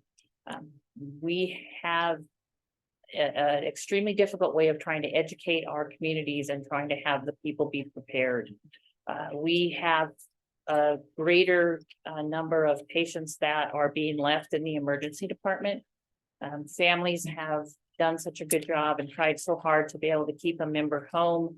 And then it gets to a time where their needs are greater than they can now do. And a lot of times the emergency department is where they say, and then they just, I can't do it anymore. So trying to help them navigate that. I'm a firm believer in planning as much as you can, and I'm gonna go check out my house space now. So, and I'm like, I'm sitting here worried about my water and the fire. So you guys have a lot of heavy issues that you have to deal with.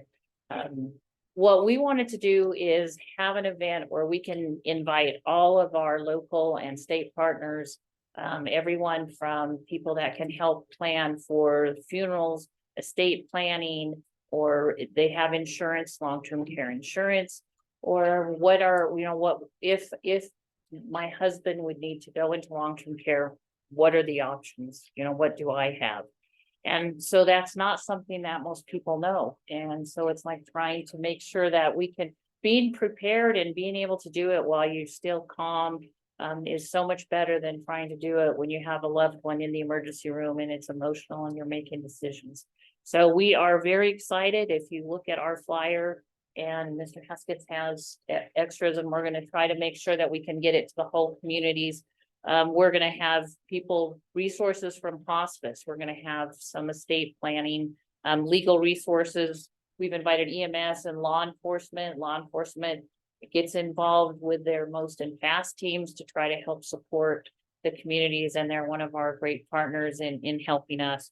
There's just so many needs as we get into that second phase of life. And we've recognized that and trying to figure out how we can best get that information to the public. So it's going to be held Friday, the 22nd of September. We're doing it at Pioneer Crossing Convention Center. We are sponsoring the event, but it is open. We had a recent meeting with our state representatives from Medicaid and Medicare and the ombudsman. They are actually going to be attending. They're going to be able to do Medicaid applications or answer questions. We're going to have representatives there. We can make appointments there. We're going to do free blood pressure checks. We really want to embrace our community and try to fill that need. It's certainly not an effort to get people into our long-term care. That's one of the roles we do, but it's just to try to get people prepared and educated. So that is our event. It's an honor to be here, and I really thank you for the time to share the event. I know Commissioner Hockaday and I it's harder every day to try to get the word out, trying to communicate to all of our ages. We have some that still use Facebook and Twitter, and I know that when my mom and dad were alive, they wouldn't know what you're talking about. So trying to make sure that we can get the information to everyone. That is kind of our event. Like I said, it's an honor to be here. And if you have questions, we have welcomed Shayla. I don't see Shayla here. So we're hoping that Shayla will be able to be there. We're going to have some of our providers. We'll have probably different speakers, but it's definitely, and I think Mr. Rye, District Attorney Rye, his department has been invited. So we're hoping that from law enforcement to everybody that will be able to have that. Commissioner Jacobson. Thank you, Chairman Hockaday. I just wanted to thank you again for the wonderful tour, and it had been a while since I'd been in there. I know that a good friend of mine, Jerry Ogun, spent some time in there, and so that was the last time I was in there, and that was years ago. But really, what an amazing facility, and I can't believe from the road it doesn't look that big, but it is really quite the facility. I mean, it's almost full city block, it seemed like. So, but again, thank you. I really enjoyed my time. Absolutely. We are so proud of our facility and where a lot of our buildings, we are built in the 50s, kind of like me. So our shell may be pretty old, but we really have tried to focus our money on making sure our diagnostic equipment. So our lab and our x-ray. We have the most modern equipment that you can actually purchase. Some of it we were able to get using the stimulus money during COVID. We have been received funds from both Pennington Foundation and the Helmsley grants. So they have really tried to help improve rural healthcare and access to rural healthcare. So we have taken advantage of any of those services. You know, I am open to a tour. We're grateful now that we don't have to wear a mask. So we would welcome you anytime. And you know, just kind of as I know the prior speaker, sometimes we all have regulations. We have to follow that, go with your license, whether you agree with them or not. So Finally, just to share a little story I noticed. Every person we walked by, you knew their name and you said hi to them and knew about them. So how nice for the administrator of the facility to actually take the time to get to know all the people there. So it was noticeable and appreciated as well. Commissioner Keller. Thank you for putting this together. I won't be able to attend because I'll be out of town, but I'll do everything I can to help promote it and support it. So thanks again for putting it together. absolutely. Commissioner Hendricks. I just wanted to thank you. I know both of my parents have taken advantage of some of your services and it's really valuable and we're grateful that it's out there. Thank you so much. Yeah, thank you, Mr. Chair. Thank you for the presentation, and I'm gonna take you up on your offer and come take a tour here in the near future. I will, it will be an honor to have you. If we talk about brothels, you'll know why. Yeah, thank you very much for being here. I was kind of amazed, I hadn't been there for over a year, but the technology that we have at South Lyon is phenomenal, state of the art. The question that I'd brought up about the amount it cost for long-term care and, you know, the $11,000 a month is significant, but pretty much normal now. That's why I'm pleased to see this, what I would say a presentation workshop, however you want to put this thing on the 22nd, because people do need to figure out how they can manage their estates and not lose everything so that their family can at least continue once the people have been taken care of in long-term care. You'd made a comment about the heavy issues of you may need water and you may need, you know, fire prevention, but we all get old and we will all need care. So this is, to me, one of the heavier issues of what we need to do in the future and what we need to do right now to make sure that we can continue taking care of our families. So thank you very much for being here, Tony. It's definitely an honor. Thank you. Okay, we are going to go down to Commissioner and County Manager reports. Item 8. Do we have anything from the County Manager at all today? We'll let you start out. Different order today. That's Andrew right. Hoskin, Lyon County Manager Keep for us the on record. toes. That's right. Just want to thank the board for attending the code enforcement workshop. That was a really good discussion and a really important topic for the county, I believe, moving forward. So a lot of good information came out of that, and staff is working on some ordinances to address some of those issues. So really appreciate that. I attended the library board meeting. If you haven't heard, they have appointed a new library director. Amy Geddes, our former library director, retired. And so now the board has appointed Wynn Prindle as the new library director for Lyon County. So I just want to congratulate her and welcome her. She's been with the library for a while, but new in that role. So excited to have her. I attended a meeting with the Quad County managers that was hosted by NNDA. It was pretty good. You know, it's always interesting listening to how the other counties are tackling different challenges that come up. And so that's going to be a meeting that's going to be held regularly. It was only supposed to be like an hour. I think we talked for like 2.5 hours. So it was really good meeting. And then finally, I want to remind the board, so every year, each county provides a basket for the NACO conference silent auction. And so this year is no different. traditionally what has happened is the commissioners have provided items from their area of the county to be included in that basket. And so I just want to remind the commissioners that we would need the items by the next board meeting on the 21st. You can either purchase items or if you can get a business to donate them, that would be great too. And with that, I'm happy to answer any questions. Questions? Question? Anything? Off easy, may sit down. We'll go to Commissioner Hendricks for Commissioner. I attended the Comstock Historical District meeting, and they, along with Story County, are also having some pretty severe code enforcement problems. And I think they're going to be kind of looking to see what we do with that. And they may even be contacting staff. I attended the Lyon County School Board meeting, and last night I attended the Dayton Advisory Board meeting. Thank you. Commissioner Henderson. Thank you, Mr. Chair. I don't have much to report because I went camping. Hmm. And it was well needed. Mhm.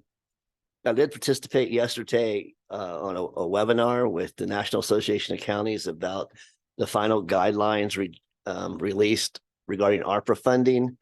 Like I said, I attempted to watch it until NB Energy decided they didn't want to provide electricity to my house, and so that cut off. But I'm sure Mr. Foley is already on top of all these rules. Now, the only other thing I want to mention is next weekend is Dayton Valley Days in Dayton. They're having a car show that I've been asked to be a judge at. And then I think somebody talked about a dunk tank. So we'll see. You volunteered for that? I think I got voluntold. Okay. We'll go to Commissioner Jacobson. Thank you, Chairman Hockaday. Attended the Fernley Council meeting last night via Zoom. They're facing similar code enforcement issues with junk cars, et cetera, so on. Appreciate the presence of our Lyon County Sheriff's Department, always present and answering questions and providing information. Attended the obviously Mr. Haskin had mentioned at the code enforcement meeting. Want to thank Ms. Carriola for preparing that and taking all the comments and whatnot and taking that. So I appreciated your time in preparation for that, sir. Attended the Fernley Foundation fundraiser. And just want to take my hat off to Cody Wagner and his crew for doing a great job raising money for very much needed facilities in Fernley and toured, I believe we already mentioned this, but toured the South Lyon Medical Center. Very impressed with that. Had a nice property tour in Wellington after that meeting and got to check out some stuff down there in Wellington. Attended the debt management meeting and that was pretty easy to smoke through, I guess. And then a couple other things, schools in session, let's make sure we're driving carefully. A lot of kids just don't look both ways, and with longer bus routes or I guess longer bus pickup walk zones, just be careful. And finally, I want to send my condolences to Officer Anthony Francone, police officer with Pyramid Lake, was killed in the line of duty. And just send my heartfelt condolences to his family, his colleagues and friends. And just again, thank all of our officers for putting their lives on the line each and every day. So I just want to take my hat off to his family and just offer my sincere condolences. Thank you, sir. Commissioner Keller. I believe since our last regular board meeting, we attended the NACO Public Lands and Natural Resources Committee, Nevada Association of Counties General Board meeting. Also attended the Farm Bureau Annual Barbecue in Fallon, which was it's always nice to go there and talk to the different ranchers. They have the same problems we have here in our county. Then I also attended. Water? Oh, I got beat up on water. I mean, it was like a gang against me, but I told him what I felt. Then I attended the National NACO Agriculture and Rural Affairs Steering Committee. And that's all we've done. Okay, thank you. Had the Walker River Irrigation District had a special meeting on the case that's been going on for a long time about water and the Native American tribe, basically a US case. And so there was some discussion on that. The advisory board meeting last night for Smith Valley. We did have a couple of good rainstorms, so got quite a few bits of input on that based from the county and also other people in the communities that were flooded with the rainstorms. I don't know that anybody got stuck out at Burning Man. Didn't get anybody calling from there to see if the county could come get them. Seems like that happened during the winter. Everybody was calling the county to come dig them out of mud, but that was one place that we didn't have to go this time. But other than that, we'll move on to the next area here. Item 9, elected official reports. 9A. Got the township reports for another packet from both Canal and Dayton, and we'll see Sheriff Pope moving up towards the front.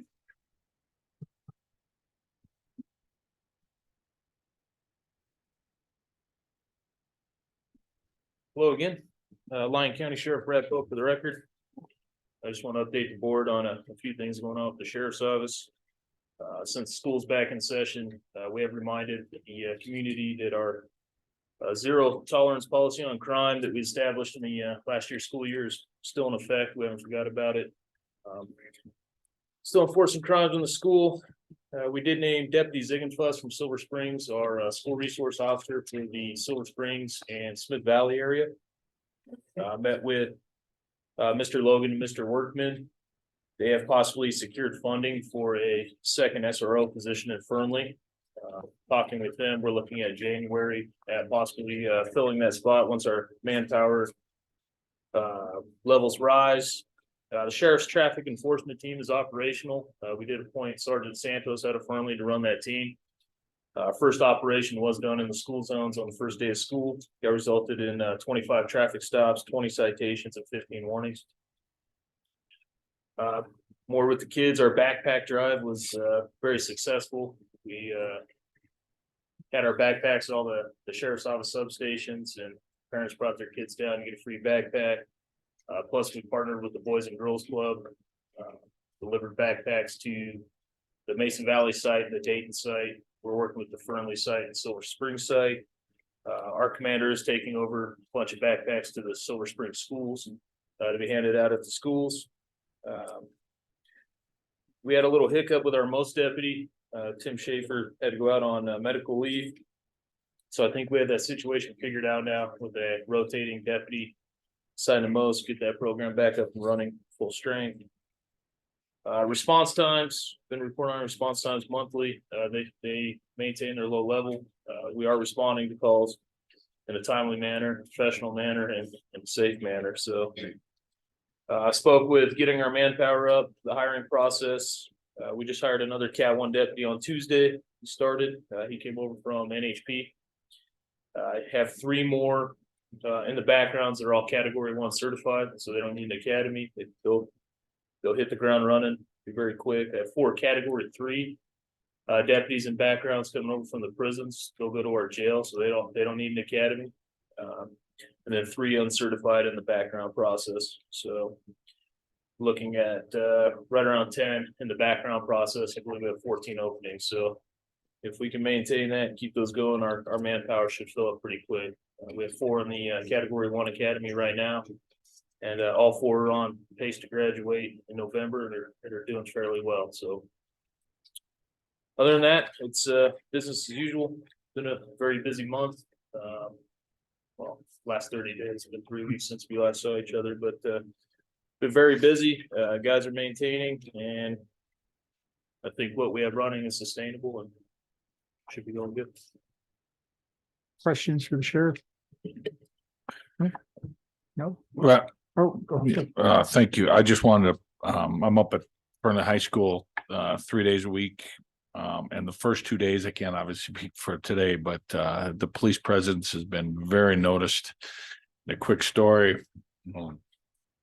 There's a one-way in the Fernley High School. You kind of come in from the south and you exit from the north. One lady was gonna go drive through the one way the wrong way. I said, ma'am, you're going the wrong way. She tuned me out. Her window was down, so I know she heard me.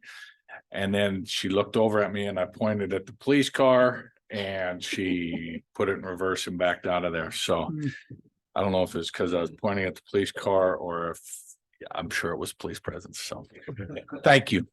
You got credit for that. Commissioner Keller. Yeah, I just wanted to bring your attention to the traffic out on Ramsey Weeks, especially early in the morning, trying to get to the meeting like this. Everybody tries to beat the traffic coming down 95A, and they're just doing it even worse and worse. It's just getting ridiculous out there. And it's all leaving Ramsey instead of waiting until it's time to come. So what we're doing with complaints like this, we're forwarding them to the stat sergeant. He's categorizing these complaints and then systematically knock them out when we can. So Ramsey Weeks comes up very frequently. Thank you. I just wanted to thank you for putting the traffic enforcement team together. That's been much needed for a long time. Just a comment, there was a guy here earlier that looked just like you, but he was way better dressed. It's time for a wardrobe change. Benefits of living down the street, so. Yeah, thank you for your update. And also, would you please thank Sergeant Miller for doing his presentation last night to the Smith Valley Advisory Board. I know he had been working 12-hour shifts and was fairly tired and made it there anyway. So really appreciate him coming and giving an update. Thank you. Well, appreciate that. Thank you.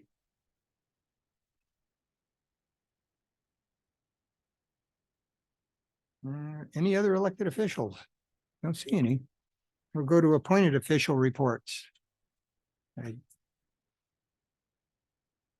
see several people getting up so they can all come forward. See Mr. Foley in the back. I'm not sure if he's waiting to present or he's just standing. He's ignoring me. That's fine. Are you going to line up also? Thank you, sir. Mr. Carriola. Thank you, Mr. Chair. Good morning, commissioners. Sorry, I forgot my New York Giants tie today. Mr. Foley. Just a few updates. I know the code enforcement workshop's been mentioned earlier. Thank you again for attending. I was able to assemble a number of your comments in our notes, and in the coming months, we will be bringing forward a draft ordinance for those changes. But that said, I did want to just notify you that we do have other ordinances that are a little higher in our priority list at this point. So before the end of the year, you'll likely be seeing multiple ordinances related to housing. The first would be residential design standards. We're expecting to be rolling out the draft at this coming planning commission on the 12th. So I'd encourage you to try and check out the Zoom link if you're able to. And then we'll also be bringing forward a housing ordinance to address tiny homes before the end of the year. Another item you'll be seeing at your coming meeting, we're hoping at the September 21st meeting, is an interlocal agreement MOU with Mineral County from the building department's staff to be able to provide some inspection services in Hawthorne. When we took back some of the staff from Dowell, brought them into the county community development department. They were then not able to, through Dowell, private engineering and inspection service, able to provide those services to Monroe County. So we do have a little bit of a lag in inspection time, inspections and plan review. Mr. Keating Sean Keating would be the staff member we'd be working with. He's done such an excellent job that we do have a little bit of time to spare. So hopefully I'll work with the DA's office and we can get that brought to you here in the second meeting. And then one final item, per Lyon County Code, I am to report on any sign offs I've conducted for Mylars to create new subdivisions. In this case, at Desert View Estates in Smith Valley. On August 18, I did sign a map. It's only 3 parcels. If you're familiar with that subdivision, it's been in place since like 1996. There's just a series of subdivision maps. You normally wouldn't see a 3-lot subdivision phase, but I am reporting on that. Located, I think, at Highway 208 in Hudson, Aurora. I think with that, I'm available for any questions. Questions? No, no question. Thank you. Good morning, Taylor Allison for the record, Lyon County Emergency Communications Manager. The Lyon County Office of Emergency Management is currently seeking community input on the impacts of natural, man-made, and technological disasters, many of which we've been impacted this year. I have a flyer. The community survey will ask residents about priorities as far as which hazards we should be profiling during our 2023 hazard mitigation planning update. This year, it's due. Our 5-year plan, as required by FEMA, is due at the end of this calendar year. So we're working through the local emergency planning committee to get that done and to the commission for approval. Flyers here for community inputs, incredibly valuable to us in completing that plan, including what method of communications work best for emergency notifications. How do you receive information from the sheriff's office, from the fire districts, from my office as well. So please spread the word. And Question. You have a question, Commissioner? No. Oh, for the flyer. Okay. No questions.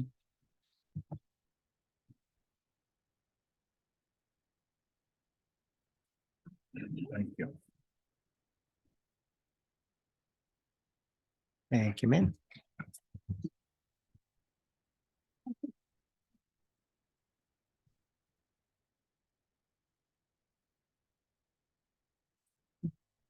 All right.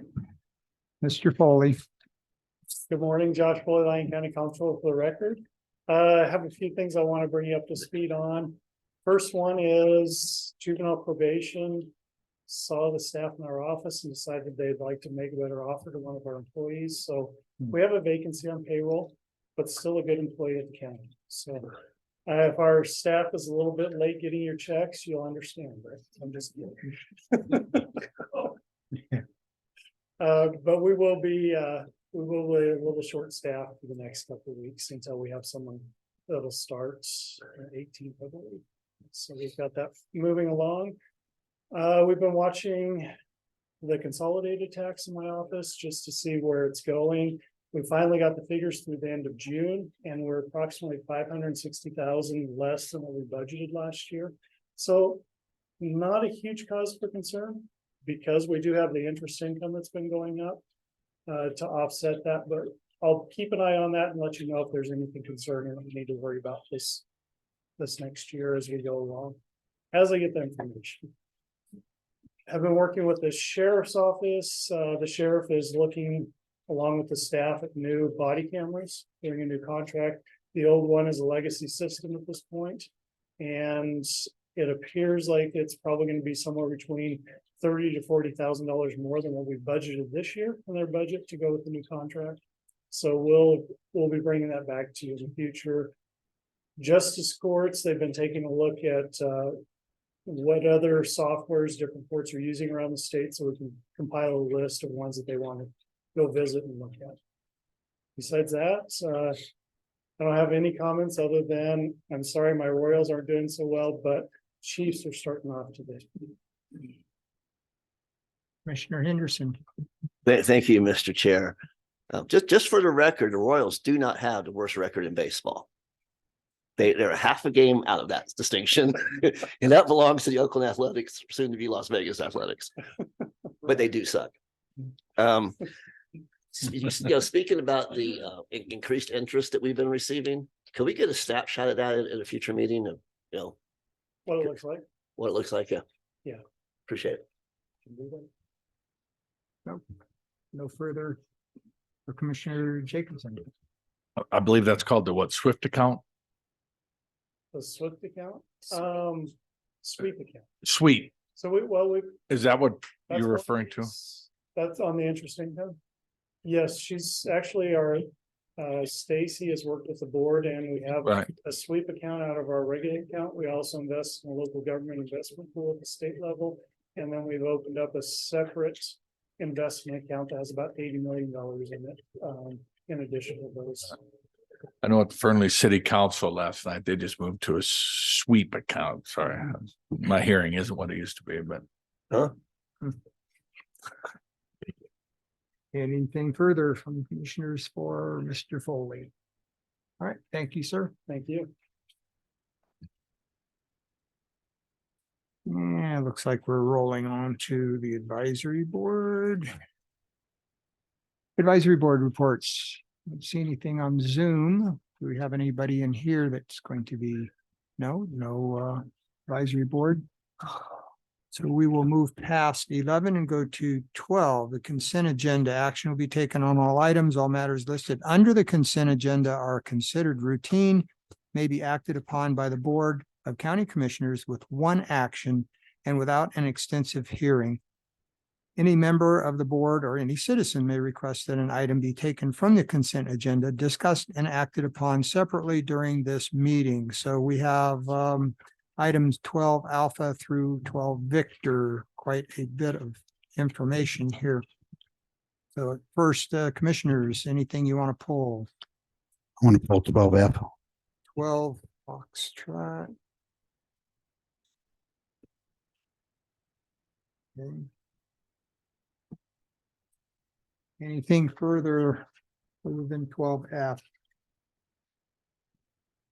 Anybody from the public?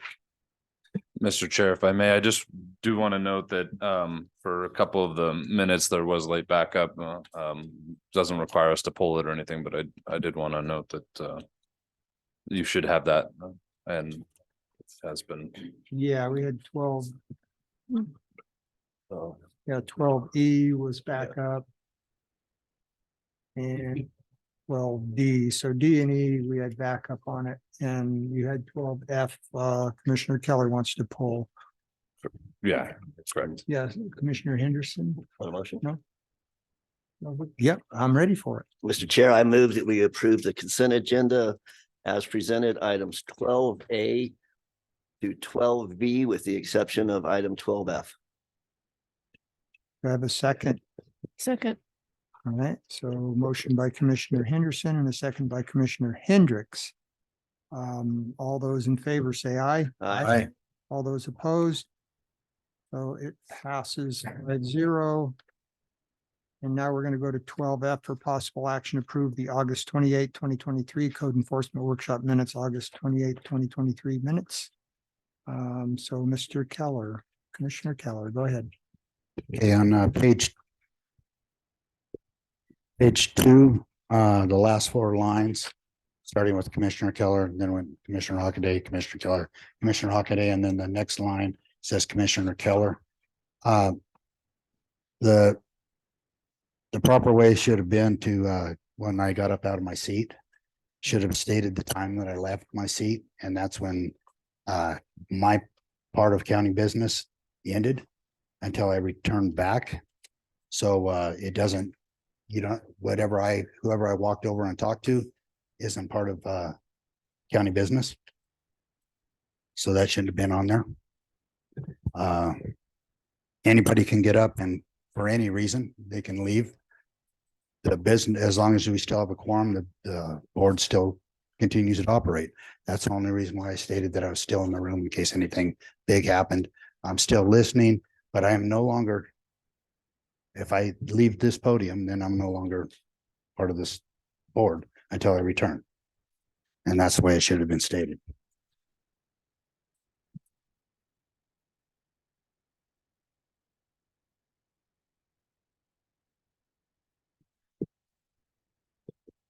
So I it have just, to look into that, but when we have a private conversation, I'm just looking at, that's a conversation that's away from the public.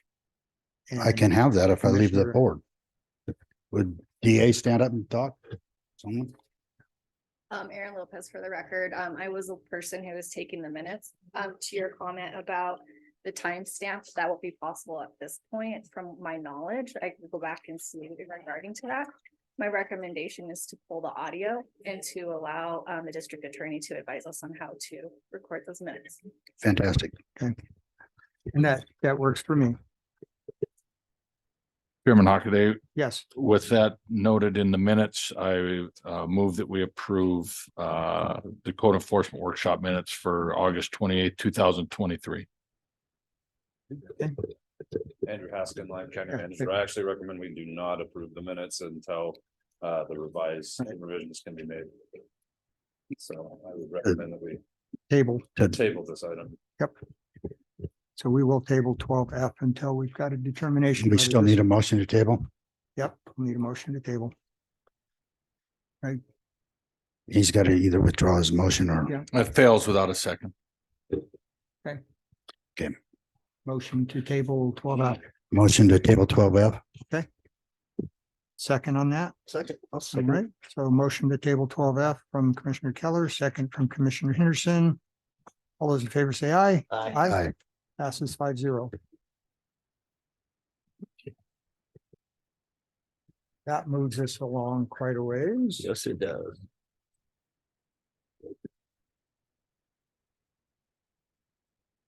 So we are moving to item 13. Actions will be taken on these items. 13A for possible action, approve the request for a zoning map amendment from Aspen Creek 2022 LLC to reconfigure the zoning boundaries of a dual zone 612.85 acre parcel with RR 25th rural residential -20 acre minimum and SR 12,000 suburban residential 12,000 square feet minimum. Districts located approximately 2.6 miles to the east of the intersection of US Highway 50 and Fort Churchill Road at 1455 Fort Churchill Road in Dayton, APN 016-023-02, PLZ -2023-041. And we have staff report. Go ahead. Oh, Would you say the timeline? He has left the voting. the what? He has left. the Oh, voting. yeah. At what time? I just say the time. I don't have a time on the clock here. Looks like what, 11:21, 11:20? You want me to state it? Yeah. Commissioner Jacobson has left the podium at 11:20. And we'll go ahead and wait. I'm not sure. He didn't say why he's going to the restroom, I imagine. So like to have him in on the presentation. Here he is back at 21.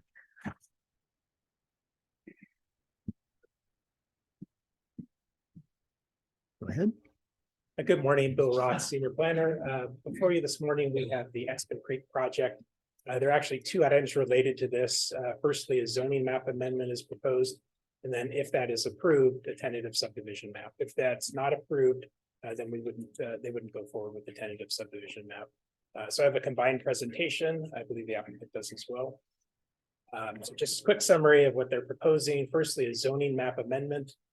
So it's roughly an overall 612 acre. If I could interrupt you for 1 second, since we're going to be hearing both presentations at the same time, I think we would need to read item 13B into the record as well. Okay, so you are going to do both at the same time. Good. For possible action on 13B, approve the request for tentative subdivision map from Aspen Creek 2022 LLC to create 499 lot single-family residential subdivisions on a 612.85 acre parcel located at approximately 2.6 miles to the east, the intersection of US Highway 50 and Fort Churchill Road at 1455 Fort Churchill Road in Dayton, APN 016-023-02, PLZ -2023-042. So both read in the record and both presentations will be given. Bill Roth, Senior Planner. So just continuing on here with the Aspen project, we have firstly the zoning map amendment. So it's an existing roughly 612 acre dual zone parcel. So one portion is a single family residential 12,000 square foot minimum lot.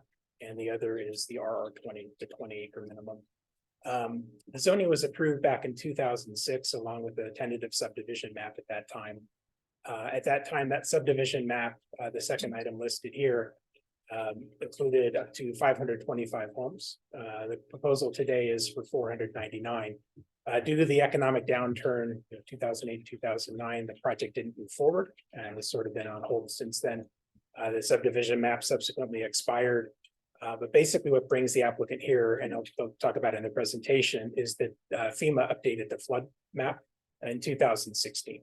And so there's a slight shift for the zoning map of roughly 0.6 acres and the tentative subdivision map, just to make sure that the map lines match up with the current FEMA flood map. That's basically the change today. So firstly, the zoning map amendment. On the left side, we have the current zoning, and on the right is what's proposed. So outlined in red is really that top portion of the project area.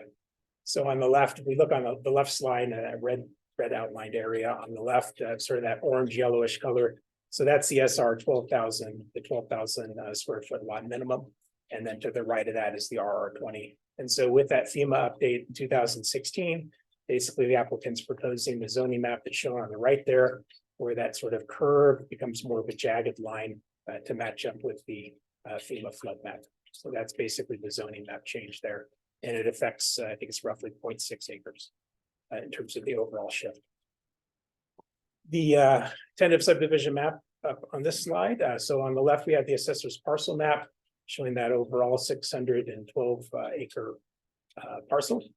But on the right there, and then interposed the sort of subdivision layout that's proposed in that red outlined portion there. And within that, they're proposing 499 single family lots. So that is less than what was approved back in 2006 of roughly 525. And that's, again, basically allowing for area for those single family lots, as well as area for roadways and common area. This is a nice slide that actually comes from the traffic study. So it's good because it shows the Aspen Creek project on the right, and then to the west or the left of that, you can see some of the other residential subdivisions that have already been approved or are underway. Importantly, the Woodbridge project in this next slide here, just showing the intersection at Highway 50 and Fort Churchill Road. That Woodbridge project is required to build a signalized intersection there. So the issue with 50 and Fort Churchill Road is that it's currently operating below the county's acceptable level of service. So the traffic study basically though confirmed that once that signalized intersection is built, that would be restored to an acceptable level of service. So that traffic study, each one of those numbers along Fort Churchill Road 1, 2, 3, 4, 5, 6, those are basically the study intersections that were used in the traffic study. So none of the other intersections would operate all of them would operate at an acceptable level of service. And again, number one there would return to an acceptable level of service when that intersection is built as part of the Woodbridge project. That would be built prior to the occupancy for the Aspen Creek project. As the applicant will go into, it's roughly about a 6 or 7 phases of the Aspen Creek project over at least 14 years. And it does have to pay a pro rata share into that signalized intersection at 50 and Fort Churchill Road. This is just showing this slide again. Yeah, so just for questions, I couldn't see it at the top there. Staff's available for questions. The applicant has their own presentation.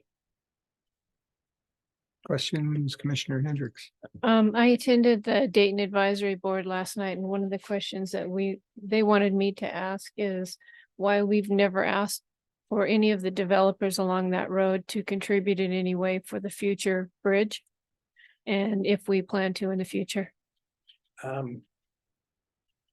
At staff level, I don't think I could speak in terms of what we would do in the future. With this particular project, with the traffic study, it didn't determine that a bridge would be necessary as justified with this particular project. The applicant, as they can go over, they do leave a corridor there so that if the bridge was built in the future, that it could run through the development. But again, the traffic study didn't identify the need for the bridge. Andrew Haskin, Lyon County Manager. So essentially the road network that they have through this subdivision and the space for the road for the second bridge does run through this subdivision, or proposed subdivision, I should say.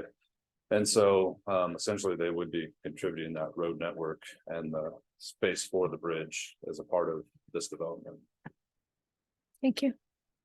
Commissioner Kelly. Yeah, you mentioned the signalized intersection.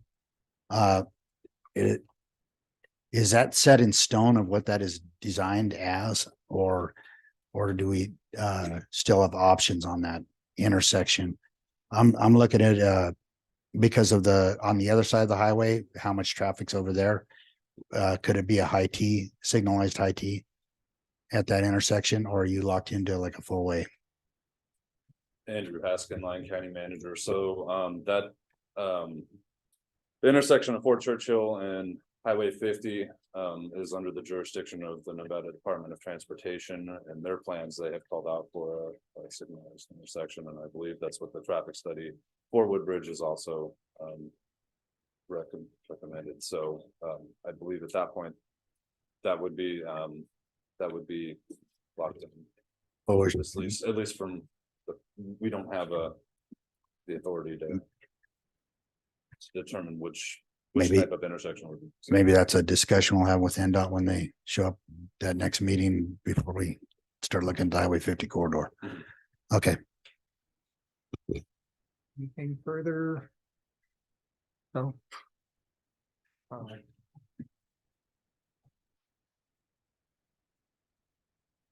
We have a presentation then from the developer.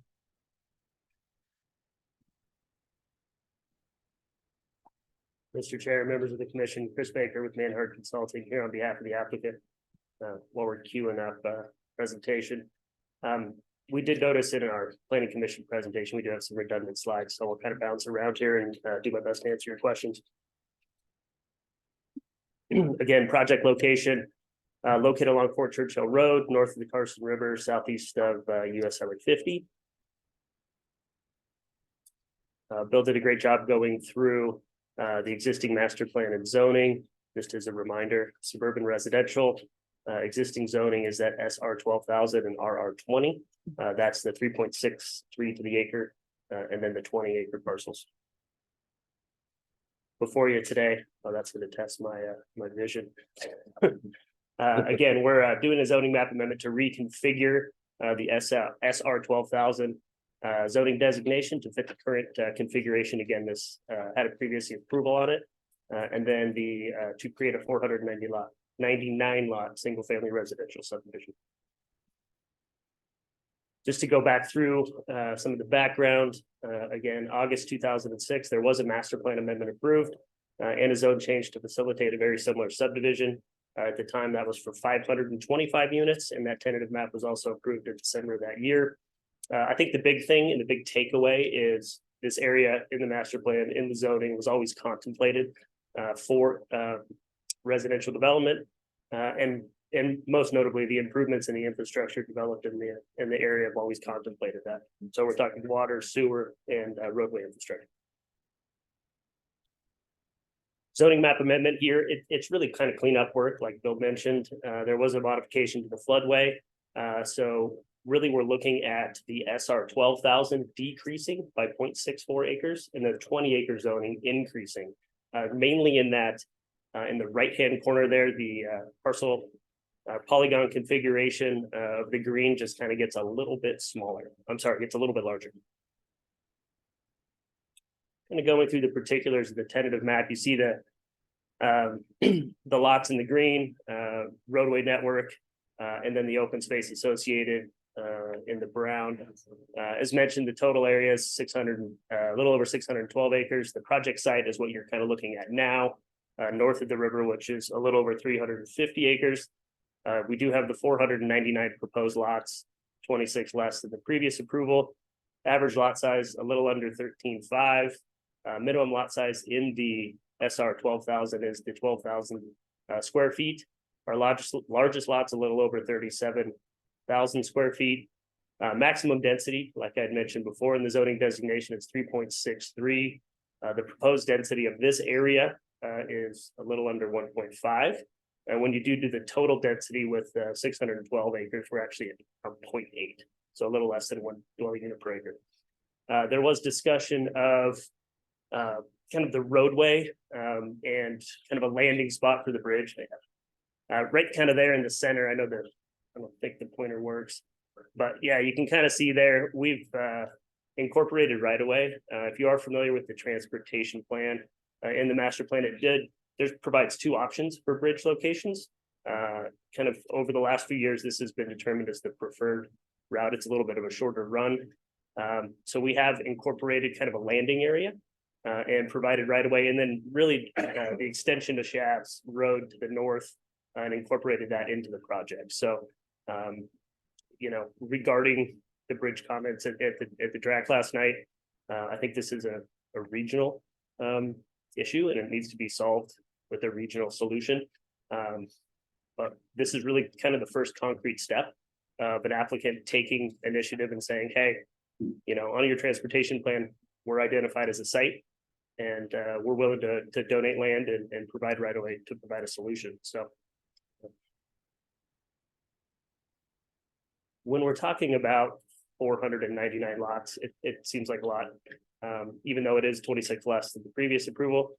I want to talk about phasing and timing.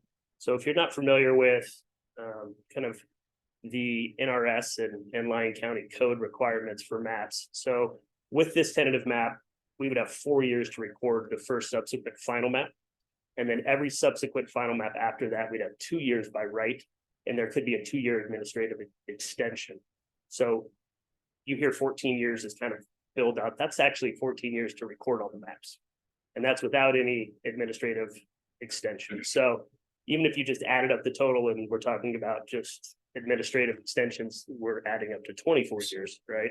And that's for recordation of maps, not for total build out. So the way we're envisioning kind of taking this down is phase one, which is kind of in the northwest corner there. Again, to come online in the next 4 years would be 107 lots. Phase two to the south of that, 105. And as you kind of move west to east, the phases would be taken down in smaller numbers, 50, 75, so on and so forth. And again, over the total 14 to 24 years, you would have 489 lots coming online. The goal here is to, not saturate the market, have lots on hand for market demand. Just a couple of highlights. This is more just kind of confirming how the project meets the underlying zoning and the master plan. Does provide expanded housing opportunities in the area. It is a suburban residential development in a suburban character district. It ensures watershed protection, soil stabilization, erosion control, et cetera. Mainly dealing with the floodway, the modification of FEMA's designation and how we're modifying the zoning to meet that. Does preserve scenic views, areas of the Carson River. I didn't touch on it, but we are providing multiple points for river access and a pedestrian trail along the entirety of the development. I want to kind of, capitalize on that beautiful stretch of the river. And then like we had mentioned before, really provides that needed right away to allow for the bridge option as outlined in the master plan. With that, I'm available for any questions. Questions? Commissioner Henderson? Thank you, Mr. Chair. So the plan is on the 20-acre lots, you're never going to build on that? Yeah, you can go back just to. So the plan on that is just to leave it as 20-acre zoning. I believe there's some ag uses currently on there, and those are just intended to remain. No, there's not a proposed zone change to upzone that in any way. Thank you. Okay, Commissioner Keller, Commissioner Davidson. All right. So we'll say that we'll have commissioner comments on 13A and we're going to move down to public comments on 13A.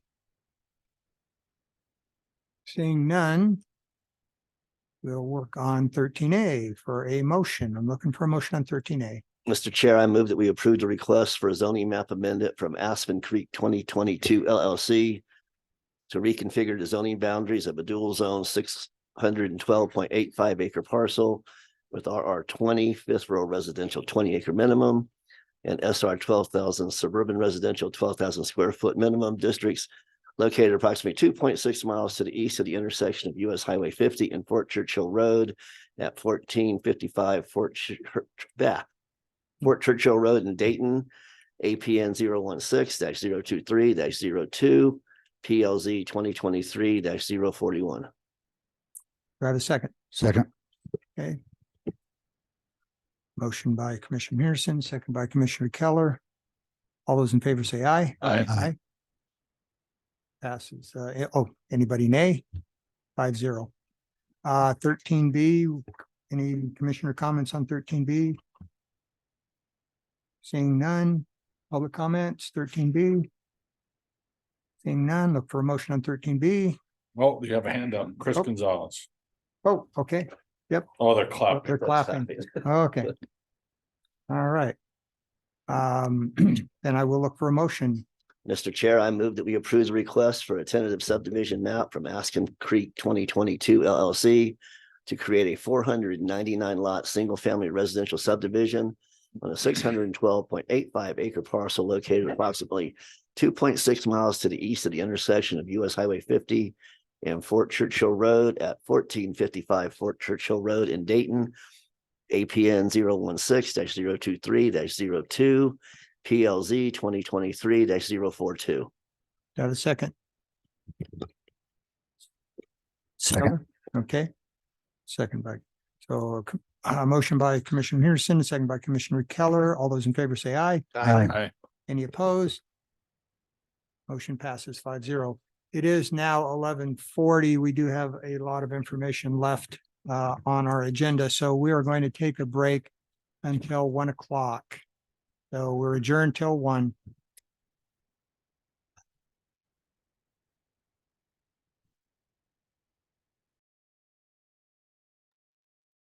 Okay, it is 1:02. We are going to start back the meeting.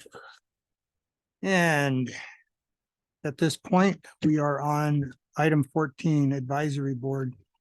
For possible action, appoint a member to the Planning Commission with a term expiring December 31st, 2024. And with our basic new procedures, we are going to draw numbers and each planning commissioner applicant will have the opportunity to do a 3-minute presentation. And so I believe that the county manager has the numbers. So those people who are present can pick a number. Those who are on Zoom will have a number picked by the county commissioner. I'm sorry, the county manager to have a position for speaking. So we'll start with the in chambers here. If you want to come up and draw a number for your presentation. Yeah.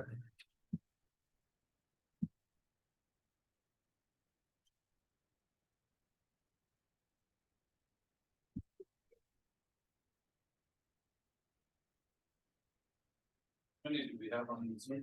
We have on Zoom.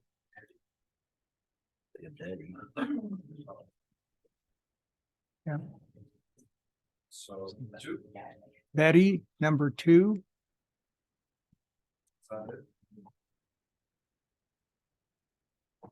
Andrew, can you repeat that? Number fits 2 and 2. For who? Oh, for Betty. Betty. I think that's all we have on Zoom. So we'll look for number 1. Do we have number 1? Oh, where? No, That's the cursor. Oh. Yeah. Okay, so Oh.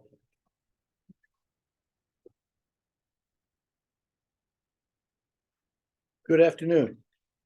My name is Afternoon. Jimmy Richards. I have applied for a position on the planning commission. I'm a resident of Lyon County, own a home here. I've been here almost 6 years. I have 5 kids, 8 grandkids, 5 great grandkids. I worked 25 years, with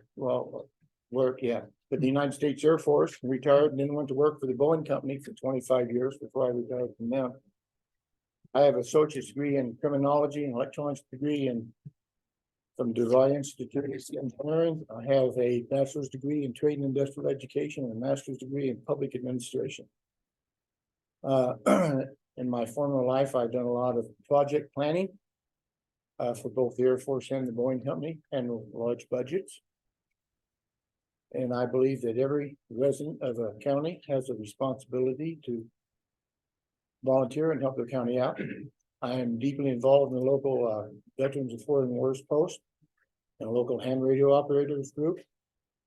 And I am a Vietnam veteran. Any questions? Any questions? No questions, Okay, sir. thank you. Thank you. Number 2, we have Betty Retzer. Good afternoon, everybody. I'm Betty Retzer. I've been a resident of Lyon County just a little over 20 years. I have a bachelor's degree in sociology. I worked for the telephone company for 32 years and was the project manager for several computer applications, including working in Mexico City as well as Pacific Bell in California and Nevada. And I've served on the the Stagecoach Advisory Board for 7 years. After that, I served on the Lyon County Planning Commission Board for 10 years. And I've also been on the Animal Control Board and various other meetings and involved a lot in what goes on with the county. I'm not sure what else to tell you. I was a project manager while I worked for the telephone company. I wrote training and I trained people to be service reps and how to succeed in getting to be a supervisor or whatever. So I've had people reporting to me as well as worked by myself when I was in Pac Bell. My boss was in St. Louis and I managed that project for 5 years. So I don't know what else to tell you, except that I really want to be involved in what goes on with the county. I think I have a level head as far as ideas and suggestions, as well as a little comic relief sometimes. Sometimes we need that. And you guys already have my nameplate, so I'll leave that with you there. So that's all I have. Any questions? Questions from commissioners? No questions, ma'am? Thank you very much. Thank you. We have number 3. There is no number 3 or number 4, so number 5. Number 5 is live.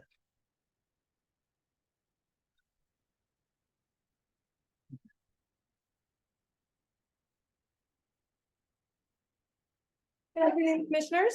My name is Katie Baker, and I'm a proud resident of Lyon County, living in Silver Springs for the last 3 years. Since January 2023, I have served as secretary on the Silver Springs Community Advisory Board. I am also on the Ways and Means Committee for the Fernley Republican Women. I am secretary and staff liaison to the First Line Road Solutions Executive Committee, chair of the Cal Nevada Towing Safety Committee, and I've also worked with the Nevada State Tow Association during the last 3 legislative sessions. After purchasing my first home on Nectarine Street in Silver Springs in the middle of COVID, June 2020, it was important to me to find my forever home, and I was able to do that. With that came my forever community. I am passionate about serving my community, having a voice in the decision-making process for future development, and making a difference in Silver Springs. I'm excited for the opportunity to not only learn more about the specifics of planning and zoning in the context of our communities, but to understand the processes and master plan well enough to teach it to my neighbors, the other citizens of Lyon County. Promoting public confidence for the elected and appointed officials responsible for the growth and development of our area. I look forward to the opportunity to learn from all of you, and I'm hopeful you will see that my drive, determination, and diligence will be an asset to the Lyon County Planning Commission. Thank you for your time and consideration. Thank you. Oh, any questions? Sorry. Any questions? No, ma'am. So we're moving on to number 6.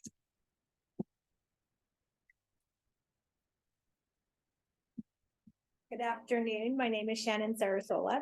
I am a resident of Fernley, Nevada. I'm a fifth generation Nevadan, so we've been here for a while and we've been involved in Lyon County for multiple generations. I'm a business owner. I have a environmental and construction company that we do consulting for large infrastructure. I have worked within the confines of planning and developing small residential subdivisions, as well as from the biological side and environmental side of my consulting firm, dealing with tentative maps and moving things from bare land into large projects. I work very closely with NV Energy and Southwest Gas on a lot of projects. I am their environmental and biological consultants. So we work in doing a lot of planning and growth where we'd like to be able to see some of this happen in our county. It doesn't just incorporate Dayton and Silver Springs. Fernley plays a part.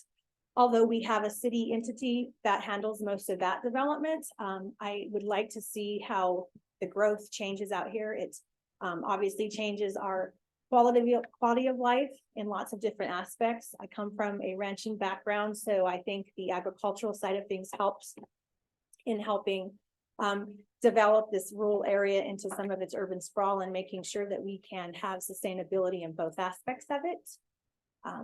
I am very committed to helping different organizations within our community. I work a lot with the Chamber of Commerce in Fernley. I'm the past president. I'm a current director.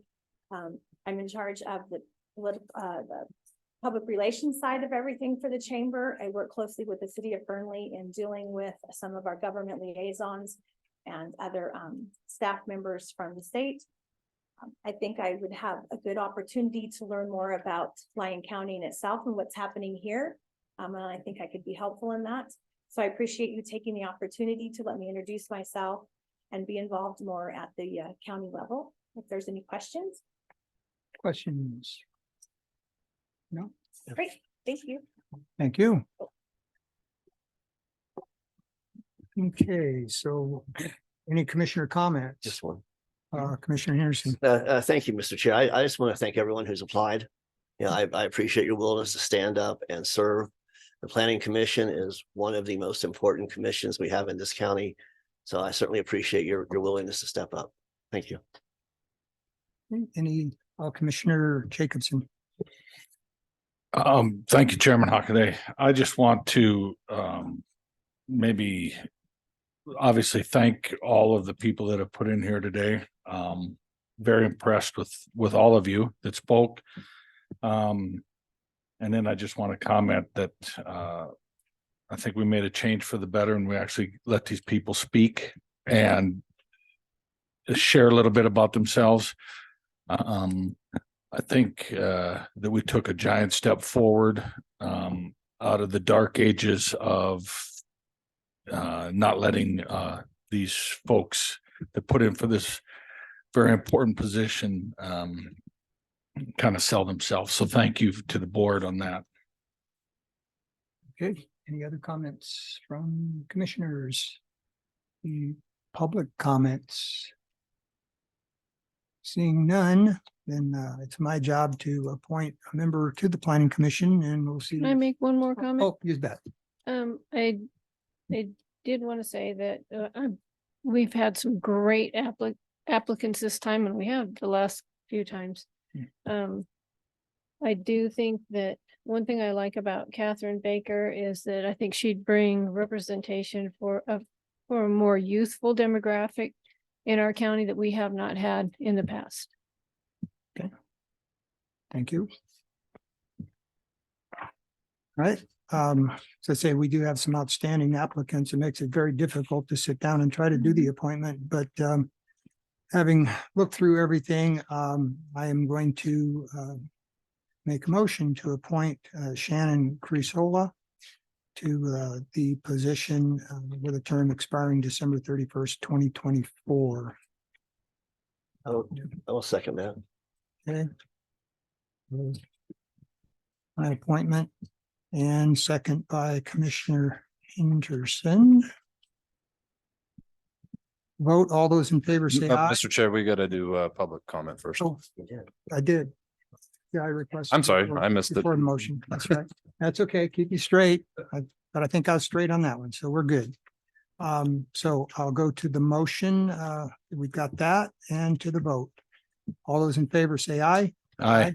Any opposed? Nay. Nay. Okay. Motion passes 3-2. Congratulations to Shannon. Okay. If I can make one comment, Yes. I just want to let those know that apply that we're not successful today, that positions come up on the planning commission somewhat regularly, so please consider submitting your application again in the future. I think all the applicants were really great, so. Yeah, absolutely. Totally agree with that. It is tough when you've got 6 outstanding applicants and you can only pick one. Just wish we could pick you all, but doesn't work that way. All right. Thank you very much. So on 14B, it's a little easier because we have plenty of positions and only 2 applicants. For possible action, appoint up to 2 members to the Smith Valley Park and Recreation Board with one term expiring December 31st, 2023, and the other term expiring December 31st, 2024. We have 2 applicants, M. Cameron Hawkins and Celeste A. Thornhill. So I'm looking for a motion to appoint on them. Do I have anybody that will do that? Do you want public comment? Oh, yeah, commissioner comment. I keep forgetting it's just a simple vote, but commissioner comment, public comment, Commissioner Keller. Well, I wanted to see if anybody, especially Cameron Hawkins, I'm not seeing him online. But under the, I wanted to ask him the question, last I heard he was running for public office. And the only reason why I bring that up is if he's running for public office, he'd probably have to step down, possibly step down. So since one ends in 2022, 23, and the other one goes to 24, I wanted to see if that was right or not, because then he could at least do the 2023 and not be in a conflict. So that's, but I don't see him online. Commissioner Jacobson. Chairman Hockaday, it just seems appropriate then that's you would vote for him to, or make a nomination for him to be the 2023. Correct. It sounds like a plan. It's like a formal motion. Yeah, we have any public comment? Say they don't have anything in here or online, so if we want to make that motion for those 2 different time periods, that would work. Okay, Mr. Chair, I move that we appoint M. Cameron Hawkins to the, what do we do? Smith Valley Park and Recreation Board with a term expiring December 31st, 2023, and Celeste A. Thornhill with a term expiring December 31st, 2024. Okay. Second. Motion by Commissioner Henderson, second by Commissioner Hendricks. All those in favor say aye. Aye. Any opposed? Okay, so that passes 5-0. 14C for possible action, acknowledge the resignation of Charlotte F. Guthrie from the Lyon County Fair Board. Thank her for her time on the board, and I guess we need a motion to acknowledge her resignation. Do I have that motion? I should say any commissioner comments or public comment. Yeah, okay, now I'll take the motion. Mr. Chair, I move that we acknowledge the resignation of Charlotte F. Guthrie from the Lyon County Fair Board. Do I have a second? Second. Okay. A motion by Commissioner Henderson, second by Commissioner Jacobson. All those in favor say aye. Aye. Aye. Any opposed? Motion passes 5-0. On to utilities. Looks like, we have for possible action, approve a payment of $30,950 for a storm drain easement across APN 016-341-08 and 016-341-34 and 016-341-35. And I believe that is Is that a, Mr. Brigitte. yeah, I'm just looking, we do have, a late backup on that. So go ahead, sir. Chairman Hockaday, Commissioners, David Briquetta for the record. So yeah, you should have gotten some late backup, which are the easement deeds associated with this. Included in your packet was the appraisal, which I'll talk about. But what this is for is a storm drain easement. Here in Dayton, just east of the Smith's Shopping Center is the Tradition subdivision. That's a drainage that starts all the way up in Story County through that subdivision. Currently, it runs under Highway 50, goes through 2 properties. And the current stormwater drainage stops at the Cardelli ditch. So as part of our area drainage master plan, this was identified as one of many points that we need to adjust and correct. And it's also part of a planning commission requirement that we secure this easement because more and more houses are going there. So we need to be able to bring that drainage from the Cardelli ditch down to the Carson River. So we worked with 2 property owners for a total of 3 parcels. And what it does is it extends the drainage from the Cardelli ditch all the way down to the Carson River. So that's going to help with quite a bit of issues, especially as that area does grow in the future. So included as part of your late material were the easement deeds associated with that. There's 3 parcels that just describe, what the requirements are associated with the drainage easement.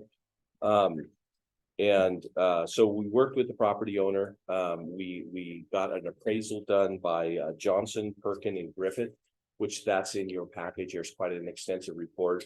But what they value that drainage at is $30,950. And that's spread over just under 75,000 square feet. This is a 50-foot utility easement that runs quite a distance. So that's split between these 3 parcels. So the request today is to authorize that payment, and then we'll secure these easement deeds, and then we can start the design moving forward to help with drainage. Any questions from commissioners? Sorry, yeah, thank you. So also part of this, what will happen too, moving forward is once this is done and we get the design, then there is a pro rata share from the Tradition development that will help pay for some of these associated costs. It'll be done on a pro rata share basis. Thank you. Okay, again, any questions from commissioners? Any public comment? If not, then I will look for a motion on 15A. Make a motion. Move to approve a payment of $3,950 for a storm drain easement across APNs 016-34108 and 016-34134 and 016-34135. Second. Okay, motion by Commissioner Keller, second by Commissioner Henderson. All those in favor say aye. Aye. Any opposed? Motion passes 5-0. We have pulled 16A, so we are moving to 17 comptroller. And there's Mr. Foley again.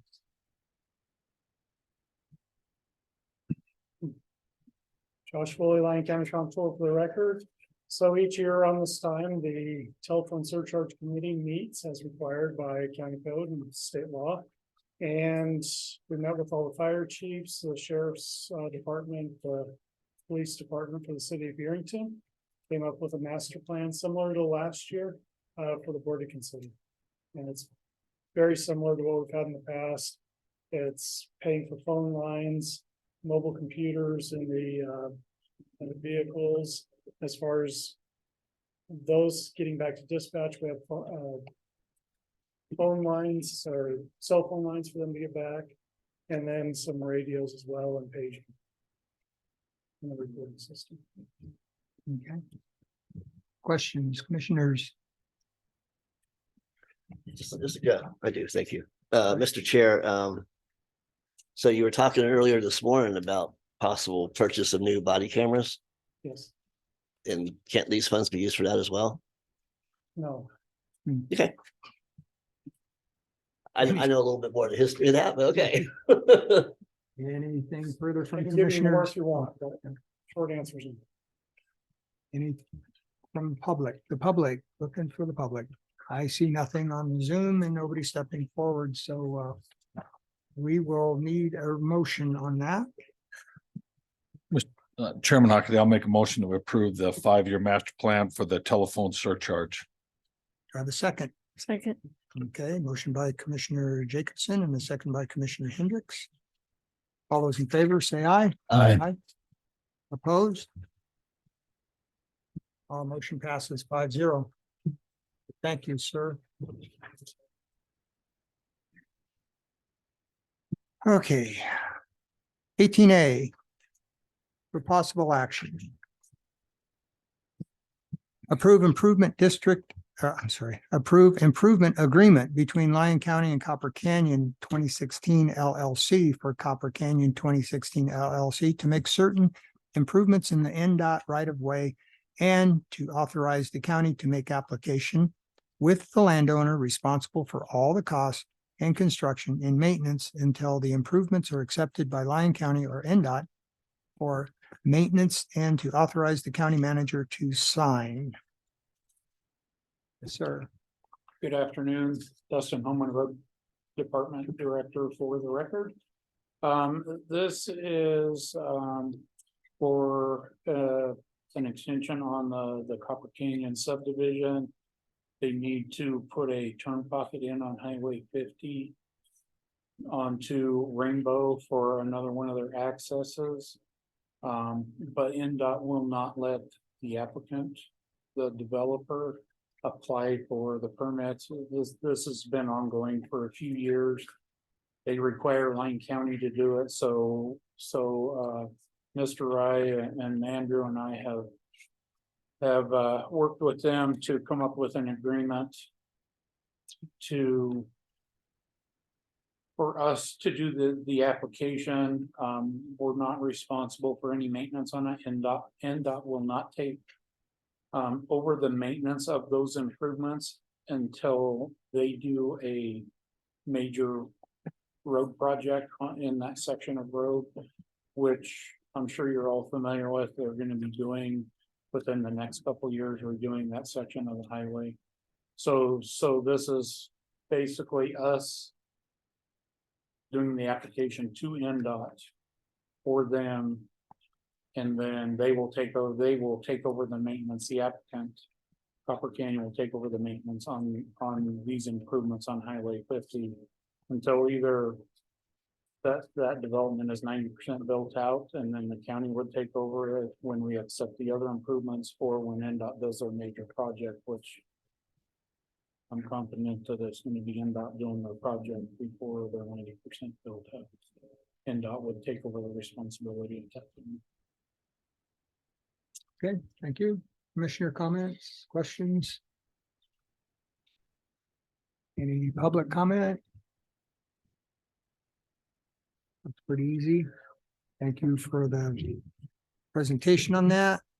So I'm looking for a motion on 18A. Mr. Chair, I move that we approve an improvement agreement between Lyon County and Copper Canyon 2016 LLC for Copper Canyon 2016 LLC to make certain improvements in the NDOT right of way and to authorize the county to make application with the landowner responsible for all cost and construction and maintenance until the improvements are accepted by Lyon County or NDOT for maintenance, and we authorize the county manager to sign any necessary documents.